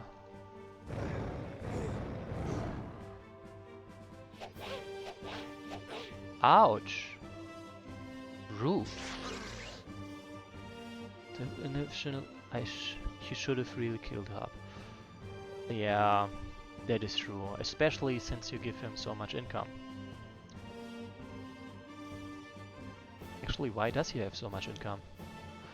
Oh, because of villages simply. Nice. Oh, I see it, and really should be leaving those villages to Black Eye, so he can do a better job at buying me units, basically.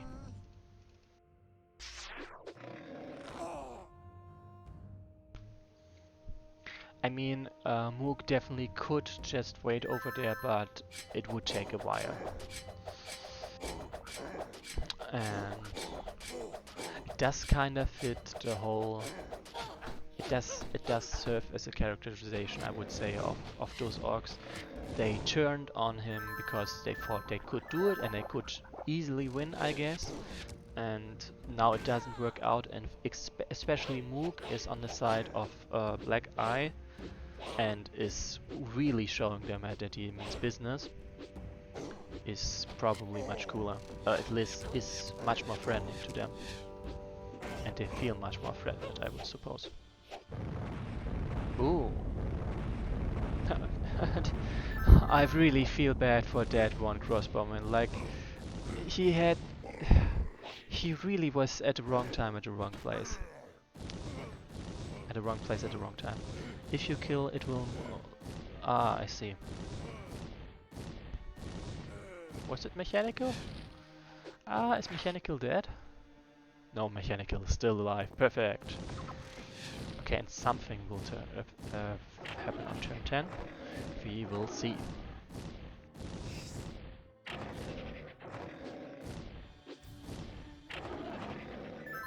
Damn, that spider is really doing pulling their weight.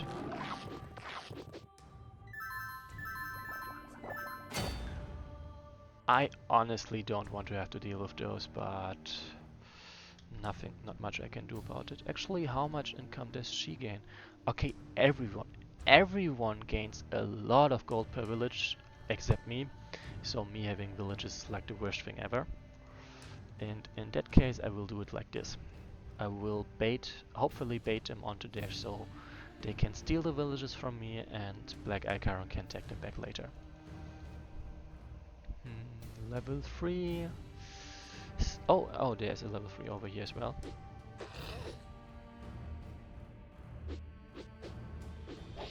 Yes, a hit. Nice. So yeah, and I will instead send my units over there to heal.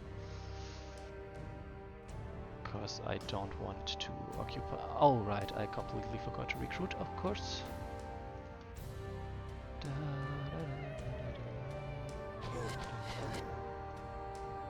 Well, burn those guys. And stuff like that.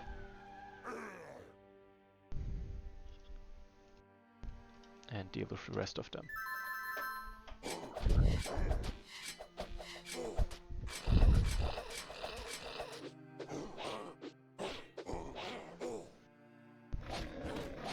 Dead one goblin.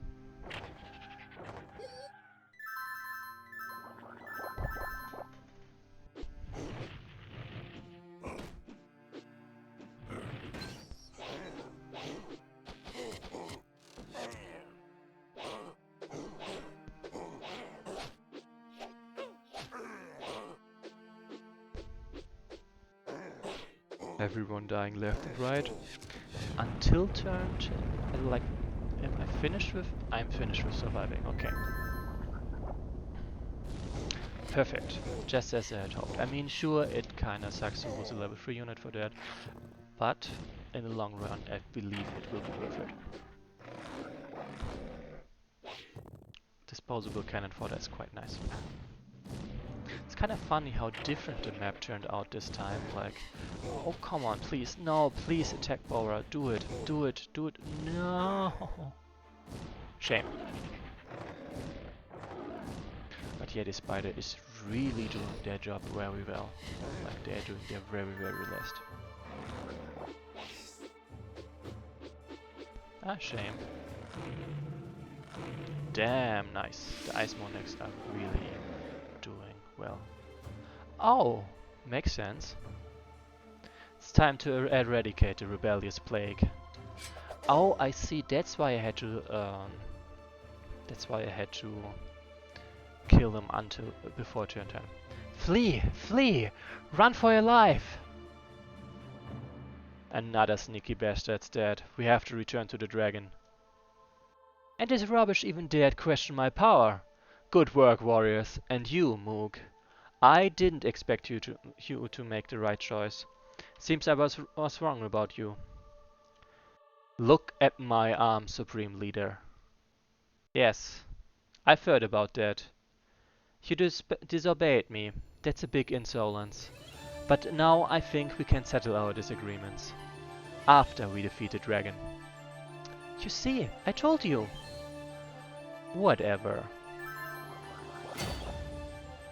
So that's probably something. Oh, I get it.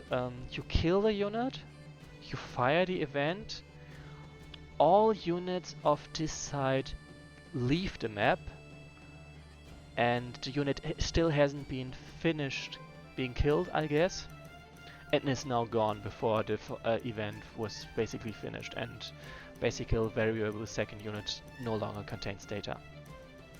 Oh, it's because... Oh, I see. Sorry, in that case, sorry, never mind, I never said anything. Nice. I really would love to have a number of units killed.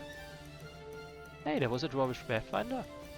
Right, there was a Dwarvish no, wait, when the hell did I fight dwarves? I honestly don't remember. Oh, right, in the very first scenario, there were humans and dwarves, true. True.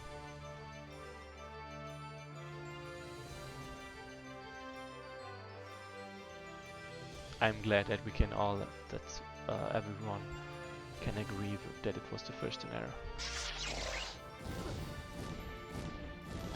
But to be fair, I did forget at first.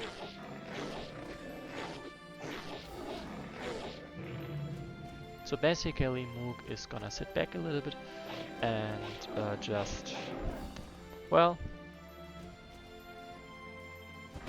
recall a couple more units, and everyone else just gonna sit over there to heal. Actually, Azuk over there. I do wonder if he's gonna be willing to... Oh, I see, yeah, definitely should go over there. If he's going to be willing to heal or not.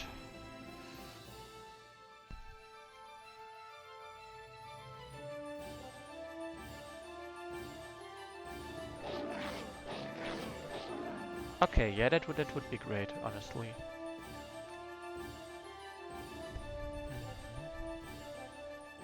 Like, yeah, I definitely would like to know how many units I actually killed, because knowing I killed like one of each unit I ever encountered doesn't actually tell me that much. Like, it's nice to look at, and I definitely want to know what kind of units I killed, but I do also want to know how many I killed overall. What? No! Oh, damn.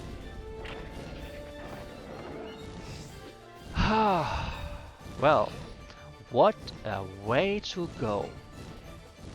Like, seriously, what a way to go.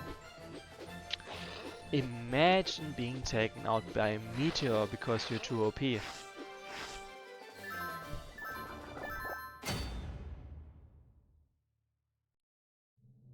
I could also show each... Oh, that is a good idea actually, honestly, but I'm gonna go with Evil Gnar first.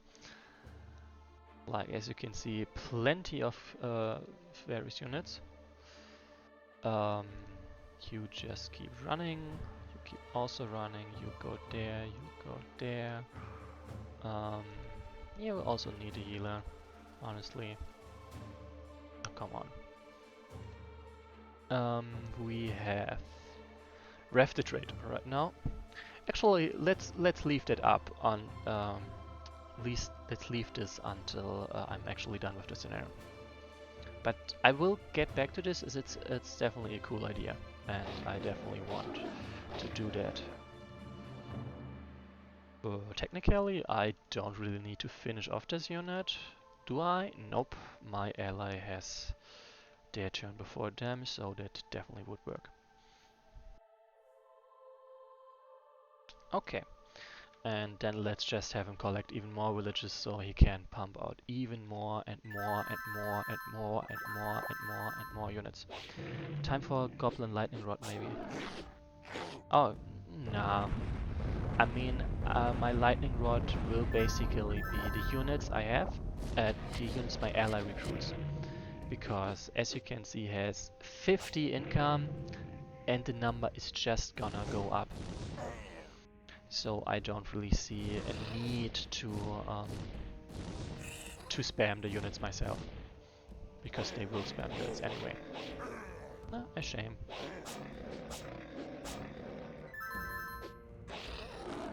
Honestly, I don't see much of a reason to recruit more units than I have right now. I already have enough, and as we know, I will be spamming units very soon. And yeah. As to that, I don't really see a point to, yeah, getting even more units. Just makes the amount of time I need to sink into handling units a bit longer, and that can be quite annoying already. Oh yeah, they can deal with that. I just need to deal with the enemy units. Actually, Evil Gnar can already go. At once, there's a meteor on each side. Oh, I see. I see. That I was not aware of that. But in that case, I honestly still don't think I need it. Oh, nice, a level 2 unit. I don't need it because I have enough units.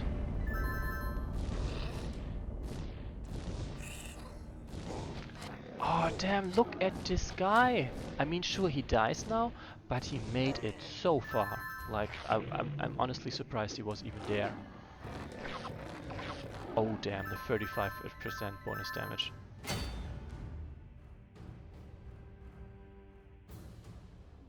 Damn. Wait, why did I move this one? Funny. Let's honestly pull them apart a little bit so they are not that premium target for the meteor. They can't. Who cannot die from? Oh, I see. Yeah, that would suck. But at this point, I really would say, why isn't he taking a village to heal himself? That actually would make sense for him to, well, take such a village.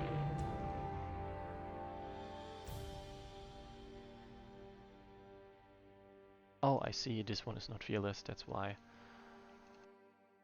Like, it doesn't really matter how much damage he can deal because he won't get attacked in melee anyway.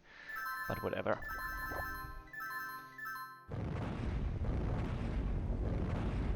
Boom. At this point, we are honestly pretty far in. I'm gonna skip the attacks as well because it's going to be a lot of spam of my allies on attacks because I don't plan on being that involved in killing him, and because there are so many AI sites now, like in the previous runs there were not that many AI sites, since when the one enemy is killed, the other one runs away. But this time, like 25 units, that's gonna be a lot of combat situations.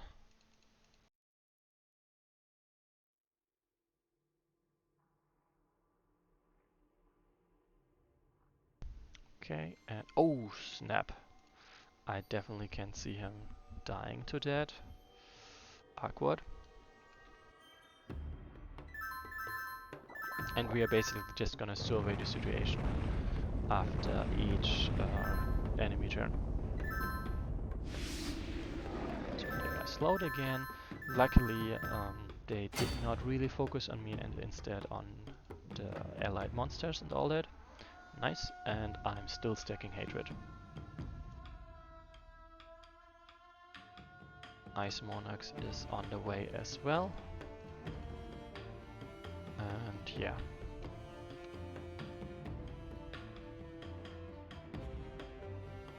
As I said, I'm simply not pumping out as many units. And I'm progressing nicely. I will definitely finish later than I did on the other attempt. As I said, less units, and I'm just letting my allies do their thing instead, and less of more of a hands-off approach, I would say. I think that's a good way to word it. Boom! Look at that damage! That's pretty fun.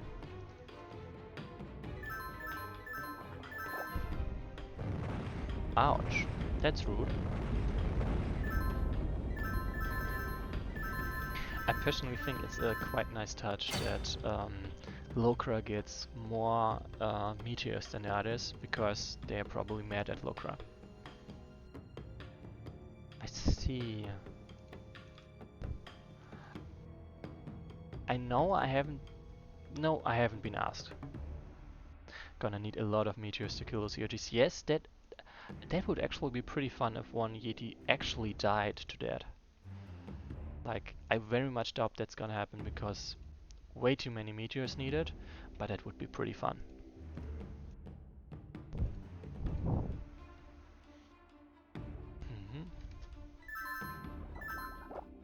Like, for the record, I don't think this path is easier, even though I now have two allies. It's just More like it's easier in the sense there's less I need to do personally, but it's not that I don't need to do things at all.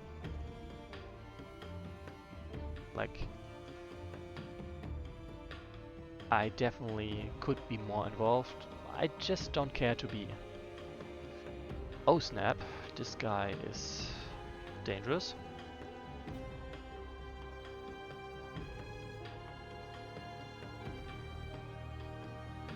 What I mean with it's not easier. On the other path as well, it wasn't really in question of whether I'm gonna do it or not. It was just a question of how involved do I have to be. Actually, did I lose another unit? Oh no, when? When did he die? No! I did not... Oh, he died a very long ago. Very long... Oh right, I remember, I remember that death, never mind. That death. Whoops.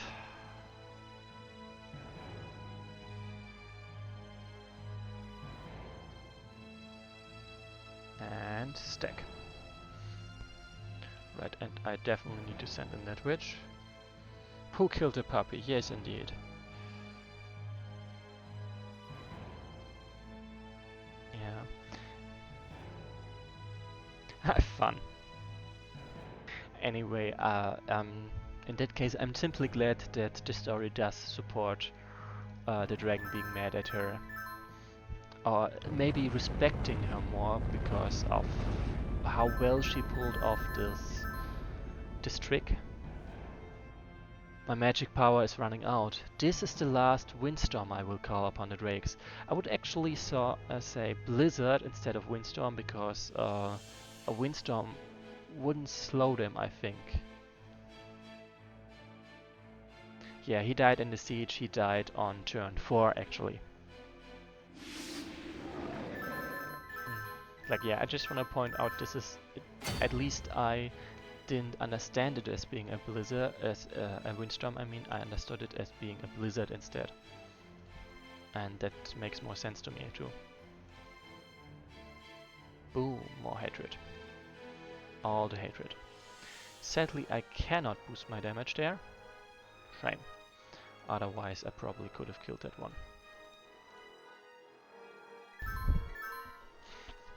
I actually don't think that the dragon is going to fall to numbers, because he's just that strong, especially with leadership. I really need to get to them, and that's... I was kinda gonna say that's gonna be difficult, but actually it's apparently not that difficult. Oh right, I wanted to send this one into die so I can make this guy... so I can trigger Berserk there. Like, yeah, I still have to get involved to kill him.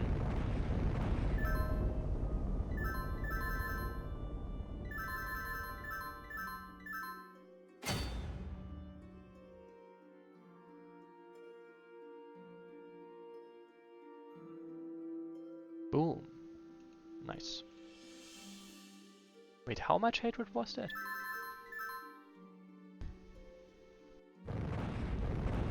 I mean, it would also be a cool achievement, achieving getting X hatred.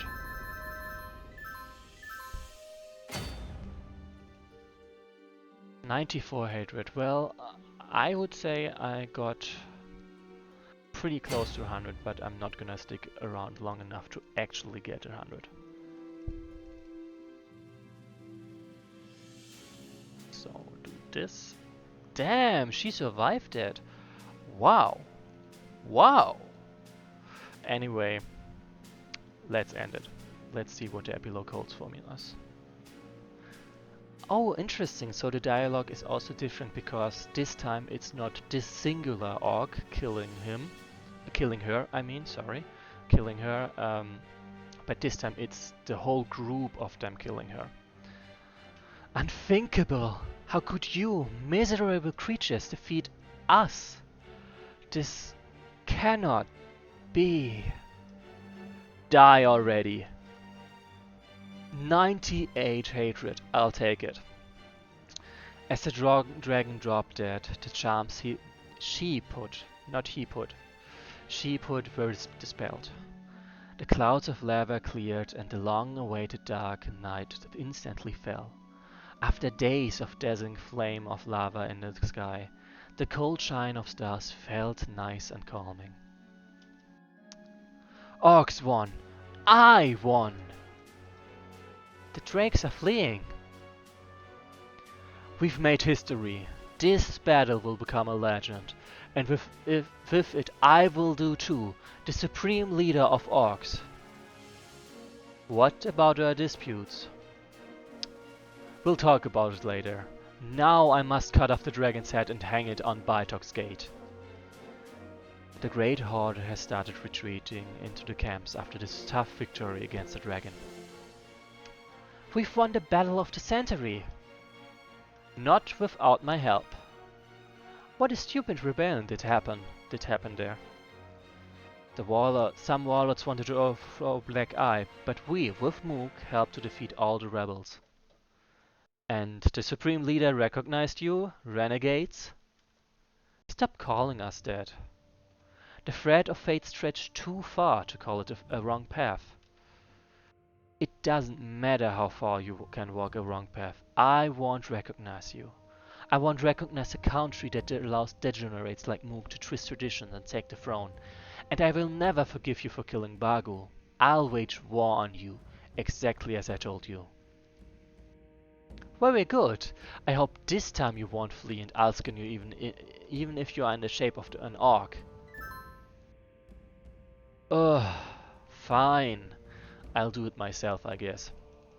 The good news is, it seems I will be able to get my 100 hatred.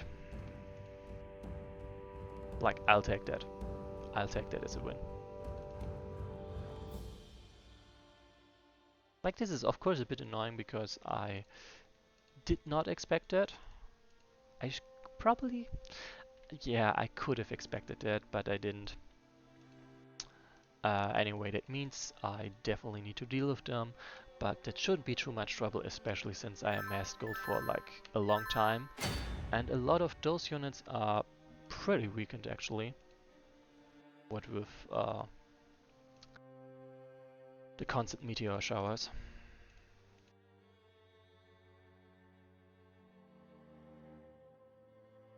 I'll just be collecting villages meanwhile. And yeah, definitely messed them up. Actually, can totally go there. So for example, this works for me. This makes sense. Like Lokra, the only reason why Lokra was willing to make peace with me previously was because I was the one excellent orc that decided to do the right thing, to do the thing for this country she is trying to defend. Well, this time he was one of the group. Yeah, that's the plan. That's definitely the plan. Like, that's why I meant I'm not worried. I have amassed quite a number of gold. I can just swamp them. I could technically just draw it myself, I think, but I do want to get my stacks on Mook, of course.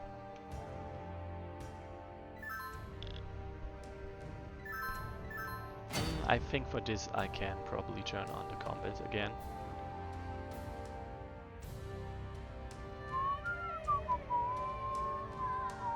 Whoops.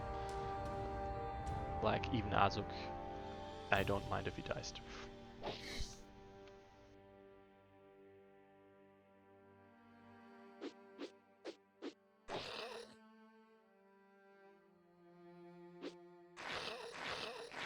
Worth a try. Boom. 100 hatred. Look at this. A 60% fear aura. Nice.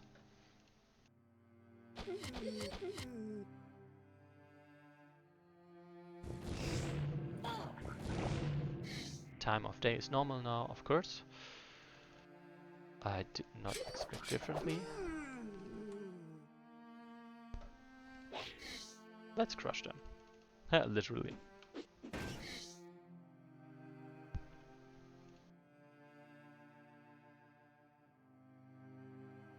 Like, yeah, as you can see, I can completely, I have the units to just steamroll that.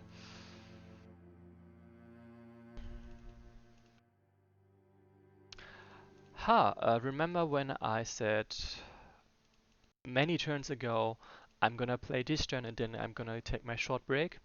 I think that was 15 turns ago. Um, I will take that break now.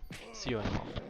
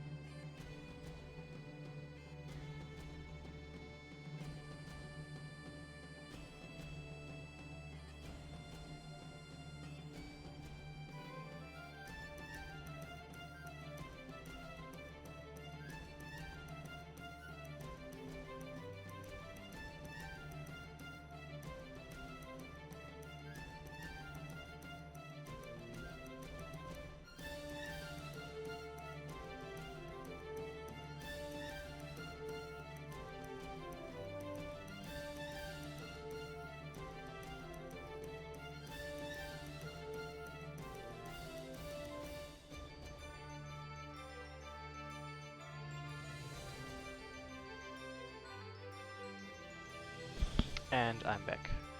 So, let's go. I think it was like, sure, I was entertained, but it was more like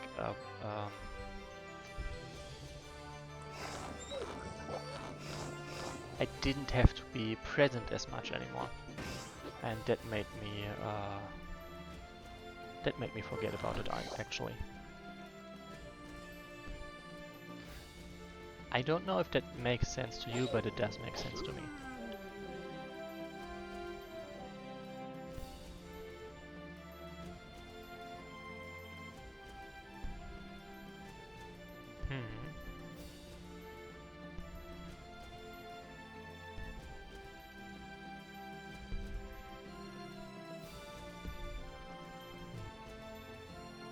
I don't know if I had any train of thought previously, but I definitely have none now.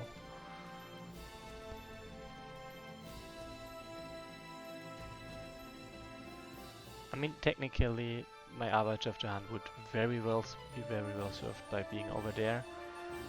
And as you can see, I'm definitely no longer recruiting anything, so I could very much just not collect those villagers, and I wouldn't be any worse off, I believe. Yeah, they will finish quickly themselves. I didn't bother with being... Oh! I really hope Azuk will not go into beer rage against the Yeti. Actually, Azuk will definitely die if I do that, so let's not do that. And instead send Grara. I mean, I guess it's a word. Definitely counts.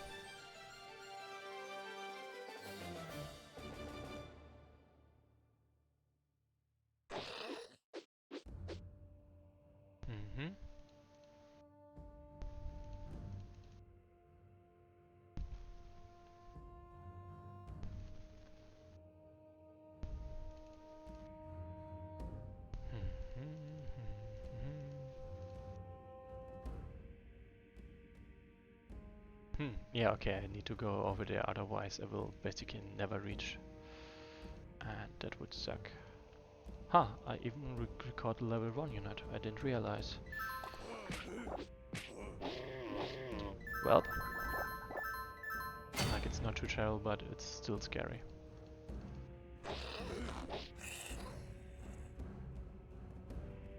Like, sure, Evil Gnaw can probably tank that, but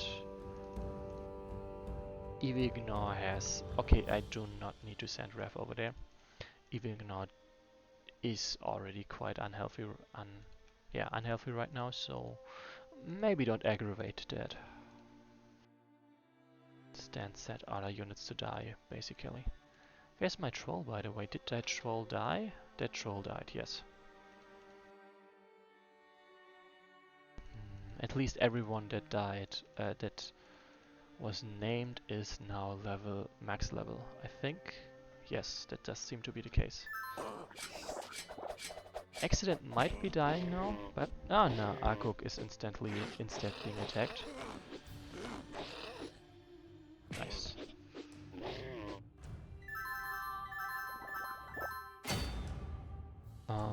Die.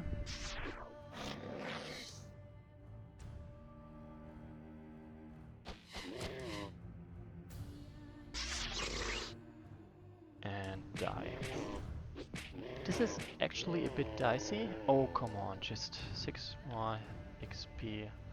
This is a bit dicey because, as you can see, he was plenty close to dying. Ah, they are also slow. Yeah, one of those two is definitely gonna go down. No, I wanted to keep that XP for him. For my poor Evil Gnaw. Ah, shame. Happens.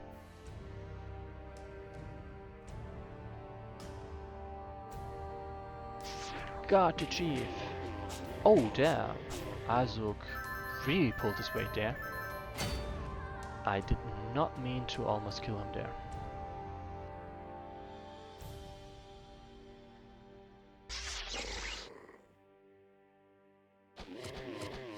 Yeah, that should work.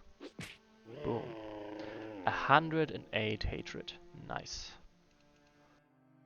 It's kind of funny how this is the ending where you can get the most hatred.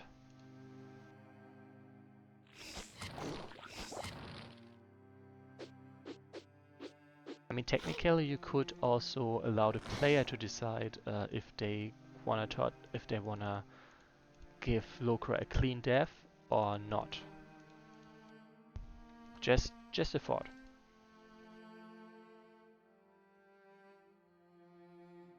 Anyway, the scenario is now over.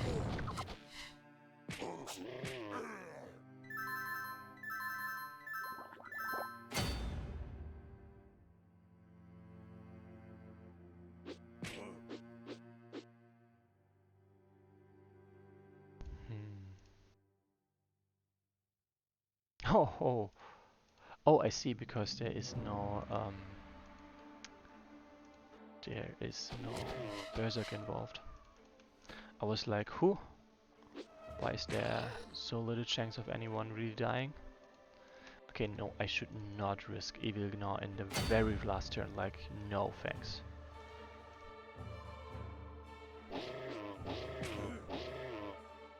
On the other hand,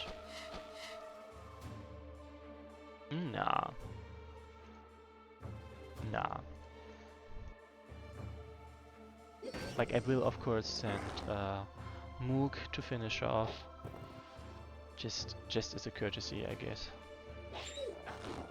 Damn, that is way cheap. Oh, nice. I see. Hatred towards Moog makes Lokra cast more deadly magic. That is pretty cool, actually. That explains. Like, I was like, what the hell? Why is she dealing so much damage?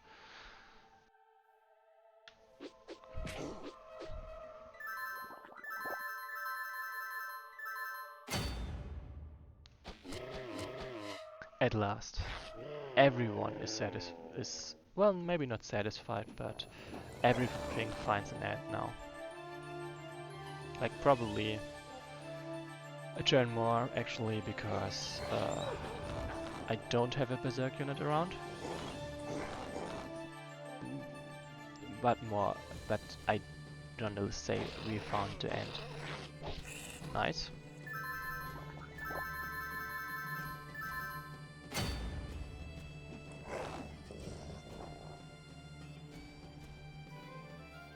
It's pretty hilarious how little damage she deals as soon as it's daytime and Moog is next to her. Like, harsh. Very, very harsh.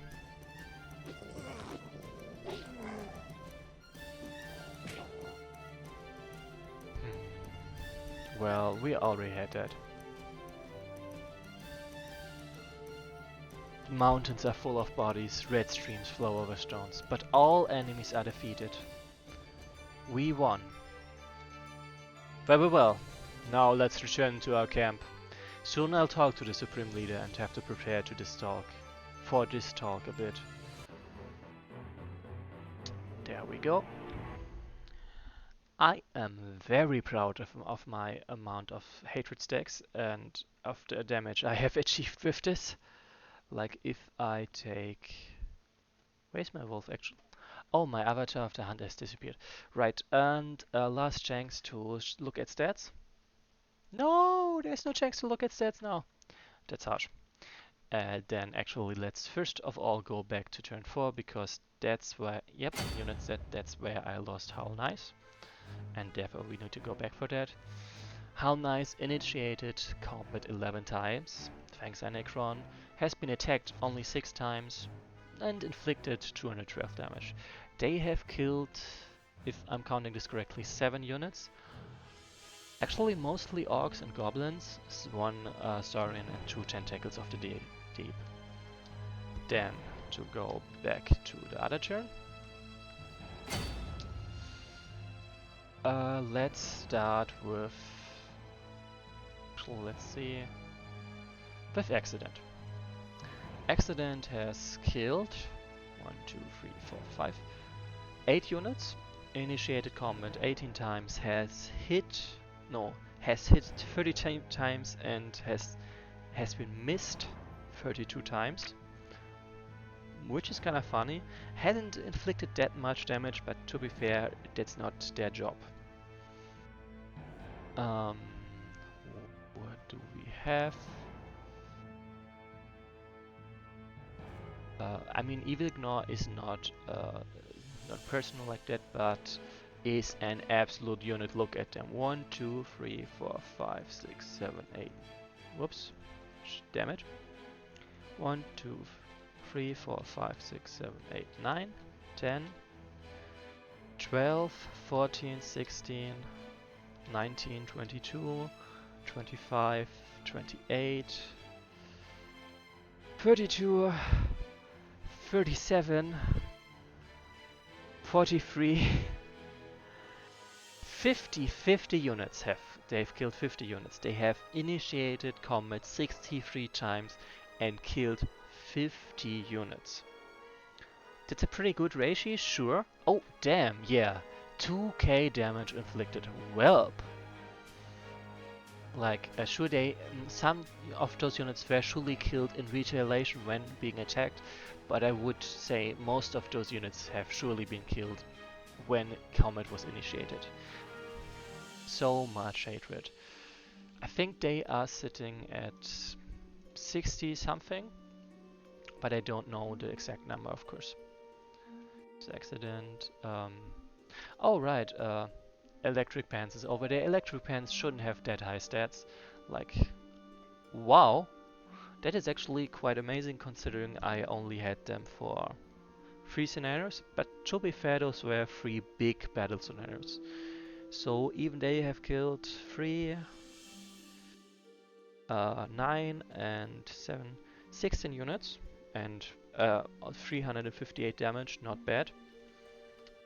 Where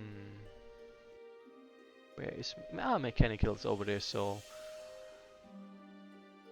1, 2, 3, 4, 5, 6, 7 and only 11 units killed, but I guess their stats are not that impressive. Let's see, like this one, for example, has dealt much more damage and is, I guess I simply had used them more. I don't know why, but it has happened clearly. Like this one has the highest stats of those 3. Even better stats than this one, I say. Even though I think this one has killed more units. But let's get back to the named units. This, of course. Oh, sorry. Anyway, there is Rev the Traitor with 1, 2, 3, 4, 9, 11 kills.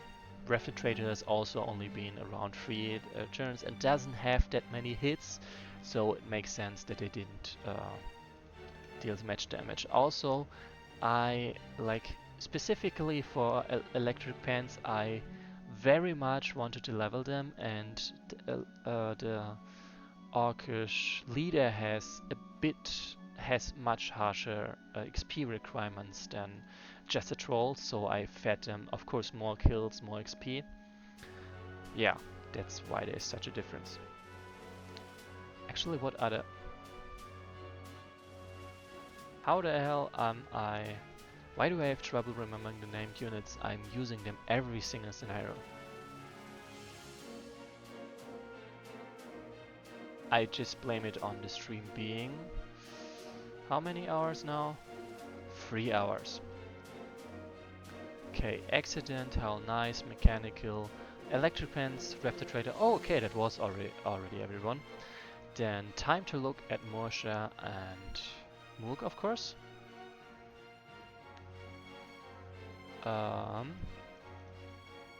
Unit stats. I would say a lot. 1, 2, 3, 6,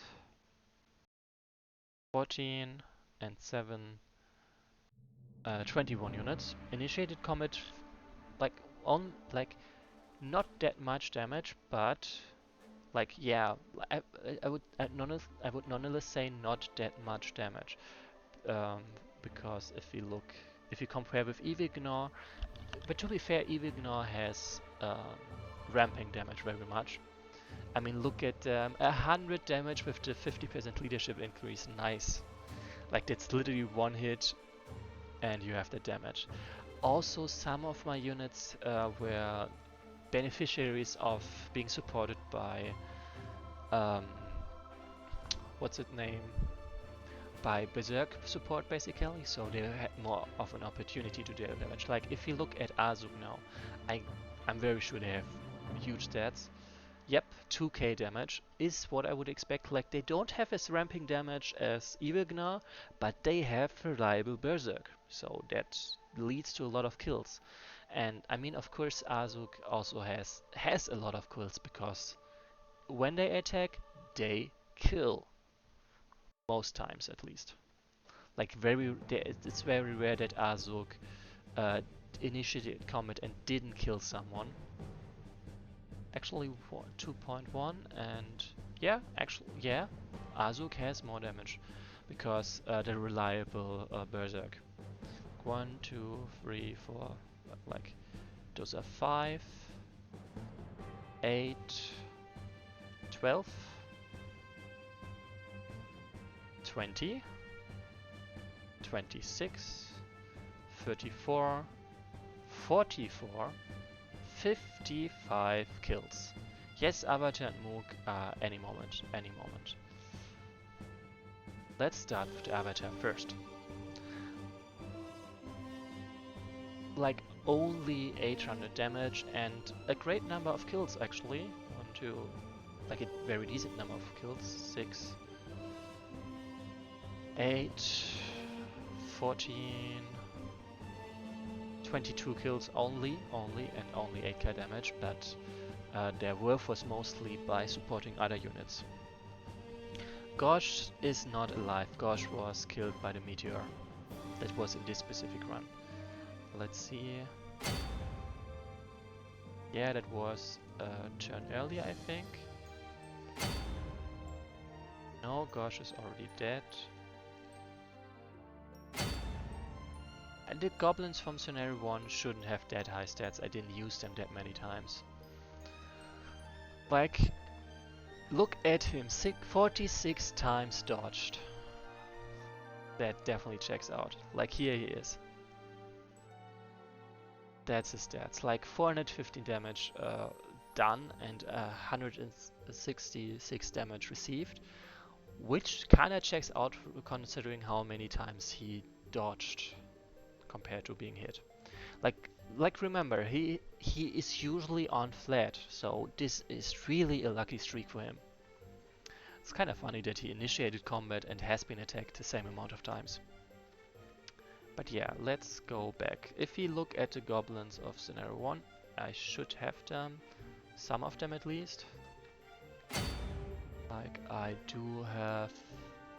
We have Echo. I mean, as you can see, I really only used them in the early scenarios, not much later. He did deal decent damage, like because I did recall him a couple of times to being loyal. But if we now look at my other goblins of scenario 1, this one pretty impressive, I gotta say. Like number of kills. Yeah. Yes, 700 damage is good, but it's not that much compared to others, is my point. But yeah, those other goblins have even less damage. Okay, yeah, I see now 700 damage is actually pretty good, yeah. I take it back. Akko did really do it. It's a mod, yes, it's a unit stats mod by Drafter, or you can see him here in the chat as Catbigger mod. I enabled it before starting the campaign because I like having this for any campaign. Okay, so I can look at those cool stats. And now, at last, Moog stats. Okay, that is not that cool actually. Cat Begemort, what the hell is going on? Like, obviously I cannot access his values, which is a shame. No. But yeah, I guess it's good that we can find out this bug. Actually, is it any different now? Okay, I can access them right now. Let's find out when that changed. Like, do you okay, that's also the case. Already. Oh, no, it cannot be tied to hatred because after all, Evil Gnaw also has hatred. So that's not why. But what is the reason? Like, I mean, at some point something definitely changed. I can still access them. Oh, I have an idea. Moog kills the fire dragon. Like, I bet if you go to turn 25, I can still access them. Oh, okay, maybe turn 20. Like, now I shouldn't be able to access them, yes. And if I go to turn 24, oh, come on. What turn did I not kill the dragon on? The previous turn, I guess. If you go to here, I bet I can access. Yes, I can. And I believe the problem is I kill the fire dragon and I suppose an event fires that removes the fire dragon before the data can be entered, something like that. And then that basically plays havoc with his entry, removes his entry or something like that, makes it inaccessible. Would that make sense? Could that be the reason why? Like, actually, if we go to this turn, or actually this turn, like, Moog killed the enemy leader and yep, same thing. Like, Cat Begemot, I'm pretty sure we already found out what exactly happened. Moog kills a unit that is then being removed by an event, and that, yeah, makes problems with the whole thing. Like, but I'm gonna send you the files first. Files. Yeah, I'm pretty sure that it is the case because that's Fire Dragon, and this is the turn X turn after killing Arkish. Daggard with Moog. Oh, actually, there is of course another way to test that. Just don't kill the leader with Moog. Let someone else do that. Before that, I maybe don't want to see the combat. Like, I'm just gonna feed units into that and have them kill this. Like, we can access his stats, sure. And then he kills that one. And now I can no longer access them. So it's really the event that fires and I guess removes that unit before your mod can access the data, and that screws things up. That's my assumption at least. Yeah, and turn 23 is correct. Ah, damn it. I of course want to look at his stats. Like, this is sadly the latest point at which I can look at his stats, so let's just... I mean, he is at how much hatred? He is at 93 hatred. Meaning... actually, with how much hatred does he end? Like, that's kinda relevant.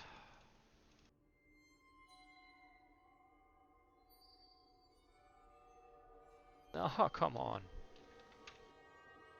So basically I can make an educated guess of how many units he killed. Please, I need this information, okay? Please just die. at last. 112, so 109, meaning I kill... How much hatred was this again? Come on, tell me. 109, 16 difference. This is a level 5 unit, so 11 difference, and any of, like, there is definitely a level 4 unit in there as well. So maybe, I don't know, 4 more units killed. Let's just say that. Let's just say 4 more units have been killed.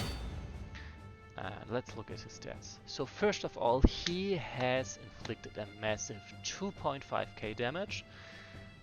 I would probably bump it up to 2.8k, something around there.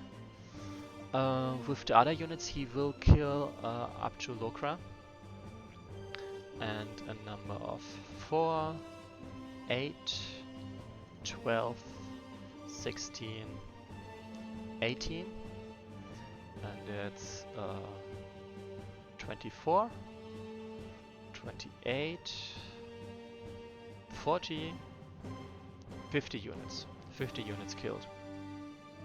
Yeah, of course he did the most damage. He has initiated combat 80 times and been attacked 55 times. A lot of hits, a lot of times being hit, balanced times of dodged and hit. I mean, he was attacked, he probably was attacked less than he has attacked. That's my assumption. Yeah. But yeah, Moog obviously carried. But for now, we have seen the stats, and that was very fun to look at, and it's definitely something like the suggestion of viewing the stats of chatter units, of your units. I like it. I'll take that. I will definitely do that in future as well. But for now, let's look at the epilogue. Like, I did enjoy the campaign. Wait a moment. Settling Disputes is a scenario name of another campaign as well, but I don't know which. Is the name from Son of the Black Eye? Oh, Northern Rebirth. Oh, right. That is the Lich scenario, I think. Like that would definitely make sense if it was the Lich Stalwart scenario. But I don't have to guess. I can just look it up. Oh, it wasn't a reference. Fair enough. I nonetheless want to see which scenario it was. Like, I think I know, but I need to know.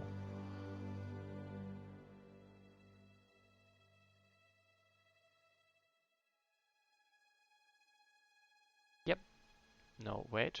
Yes, indeed. It is exactly that scenario. Okay. Settling disputes. So, it's time to settle our disagreements. Tell me. Oh, they are as enemies. Interesting. Tell me, what do you want? I want the Union to recognize my Stonearm clan with its current boundaries, and I want no more freaks to challenge my right to rule. You got a lot of nerve, Chief. What do you have to back it up with? Several thousand warriors, the blood of the Cane of the Ogres, the arm of the Troll Chief, and the willingness to turn it all against any rival, be it a chieftain or ruler. Don't get cocky. You may be stronger than any chieftain, but you're still no match for a warlord. Nevertheless, you served me well in the battle with the dragon, and I am willing to accept your demands, but on one condition. You must report to the Great Horde as soon as I call it. Is it a deal? Shake my right hand. What the hell are you doing? Oh shit, with the strength of a troll chieftain, Moog effortlessly ripped the Supreme Leader's arms from his shoulder and flung it away. The rebels were right. You are weak, Barrett. You should have killed me when you had a chance. I won't make the same mistake you did. I will kill everyone who tried to kill me. You want to be Supreme Leader, Mook? Oh, oh, come on. That is... You want to be the Supreme Leader, Mook? We are ready to recognize your power. What I want is to kill the entire elite of this damn country. Why are you standing there like that? Kill the bastard! Oh, nice. We have come to kill the evil orcs as you commanded, Can. Let's kill them all. Kill all orcish rulers. Death of Mook the Terrible.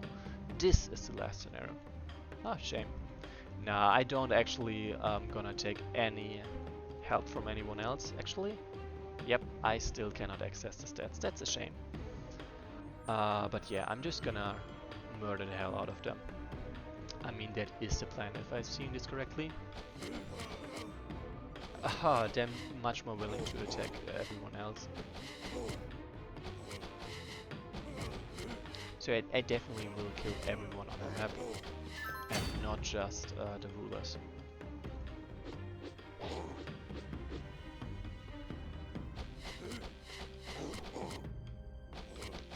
I think there could be a defeat condition for any of the rulers getting out via this exit.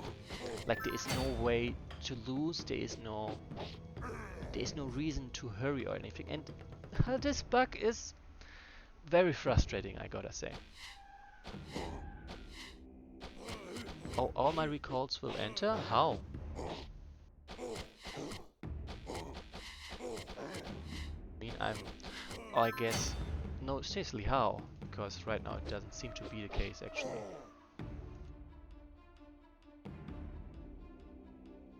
I do kinda wanna save this one.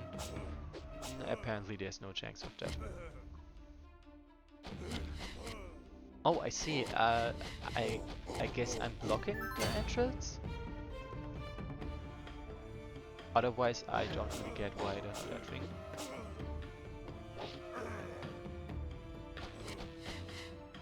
Oh, I see. I see. Fair enough. Damn, 40 damage. I'll take that. But yeah, the only reason why Mook is anywhere close to death is because of that bug.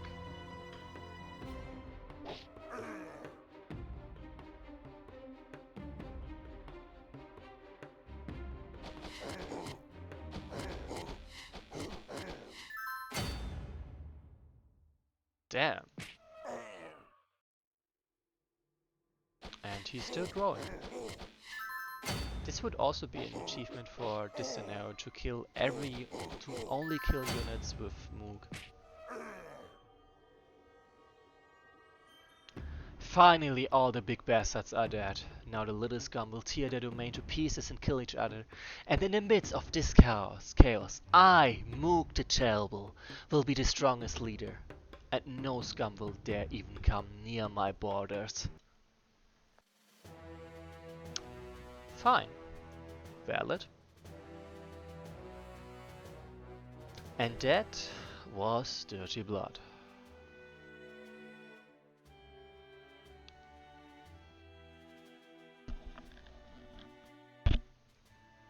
It's kind of, but it is a bit odd.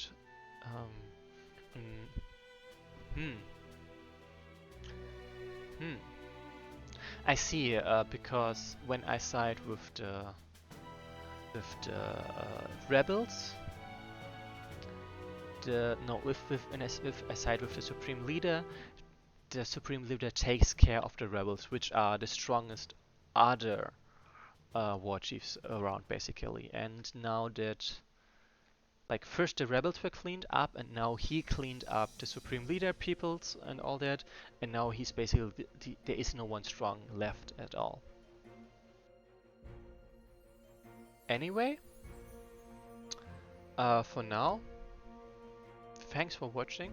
I hope you enjoyed the campaign just like I did, and that my stream also made it enjoyable to experience the campaign itself.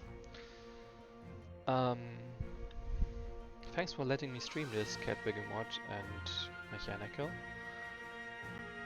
Next on my list is theoretically and practically both like those 3 campaigns in Heart of Dawn to Rome, and then afterwards Lifetime of Stones, and also Rage once it is uploaded, like it's changed and uploaded to 1.18. In Heart of Dawn to Rome is not yet on 1.18, and there will be a bit, like if I recall correctly, it will be a bit longer until it's uploaded, but once it's there, I will stream it. Until then, I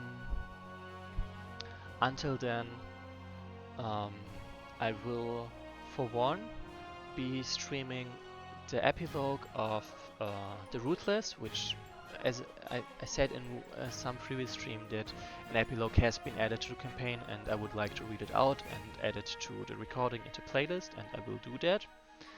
That's one thing I do. I probably won't be doing it on Saturday because I have a very full day on Saturday, but I will probably still be doing it sometime this week. No guarantee, maybe it's on Monday next week, something like that. Then I will also be streaming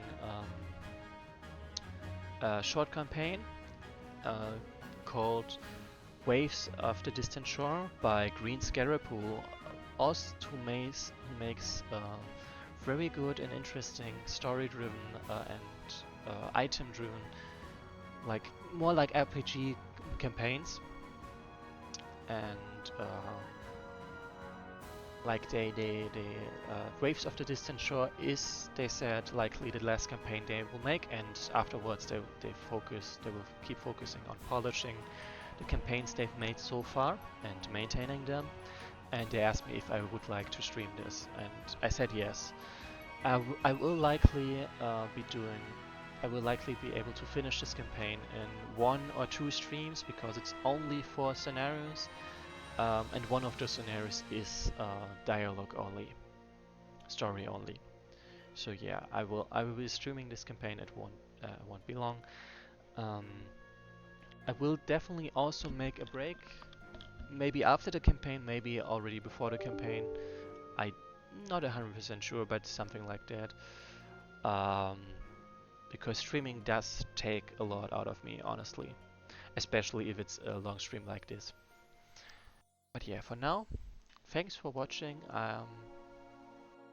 It is fun to stream, and I hope it was fun to watch. Yeah, see you next time, and one thing I definitely can say, please play campaigns, user-made campaigns especially, and give feedback. If you run into a bug, if you run into something where you think, hey, this could be handled better, or this felt off, report it, give the feedback. Play your part in enhancing this campaign. Don't let authors just make this campaign and throw it into the void and never to know if anyone ever enjoyed it. Yeah. See you next time and have fun.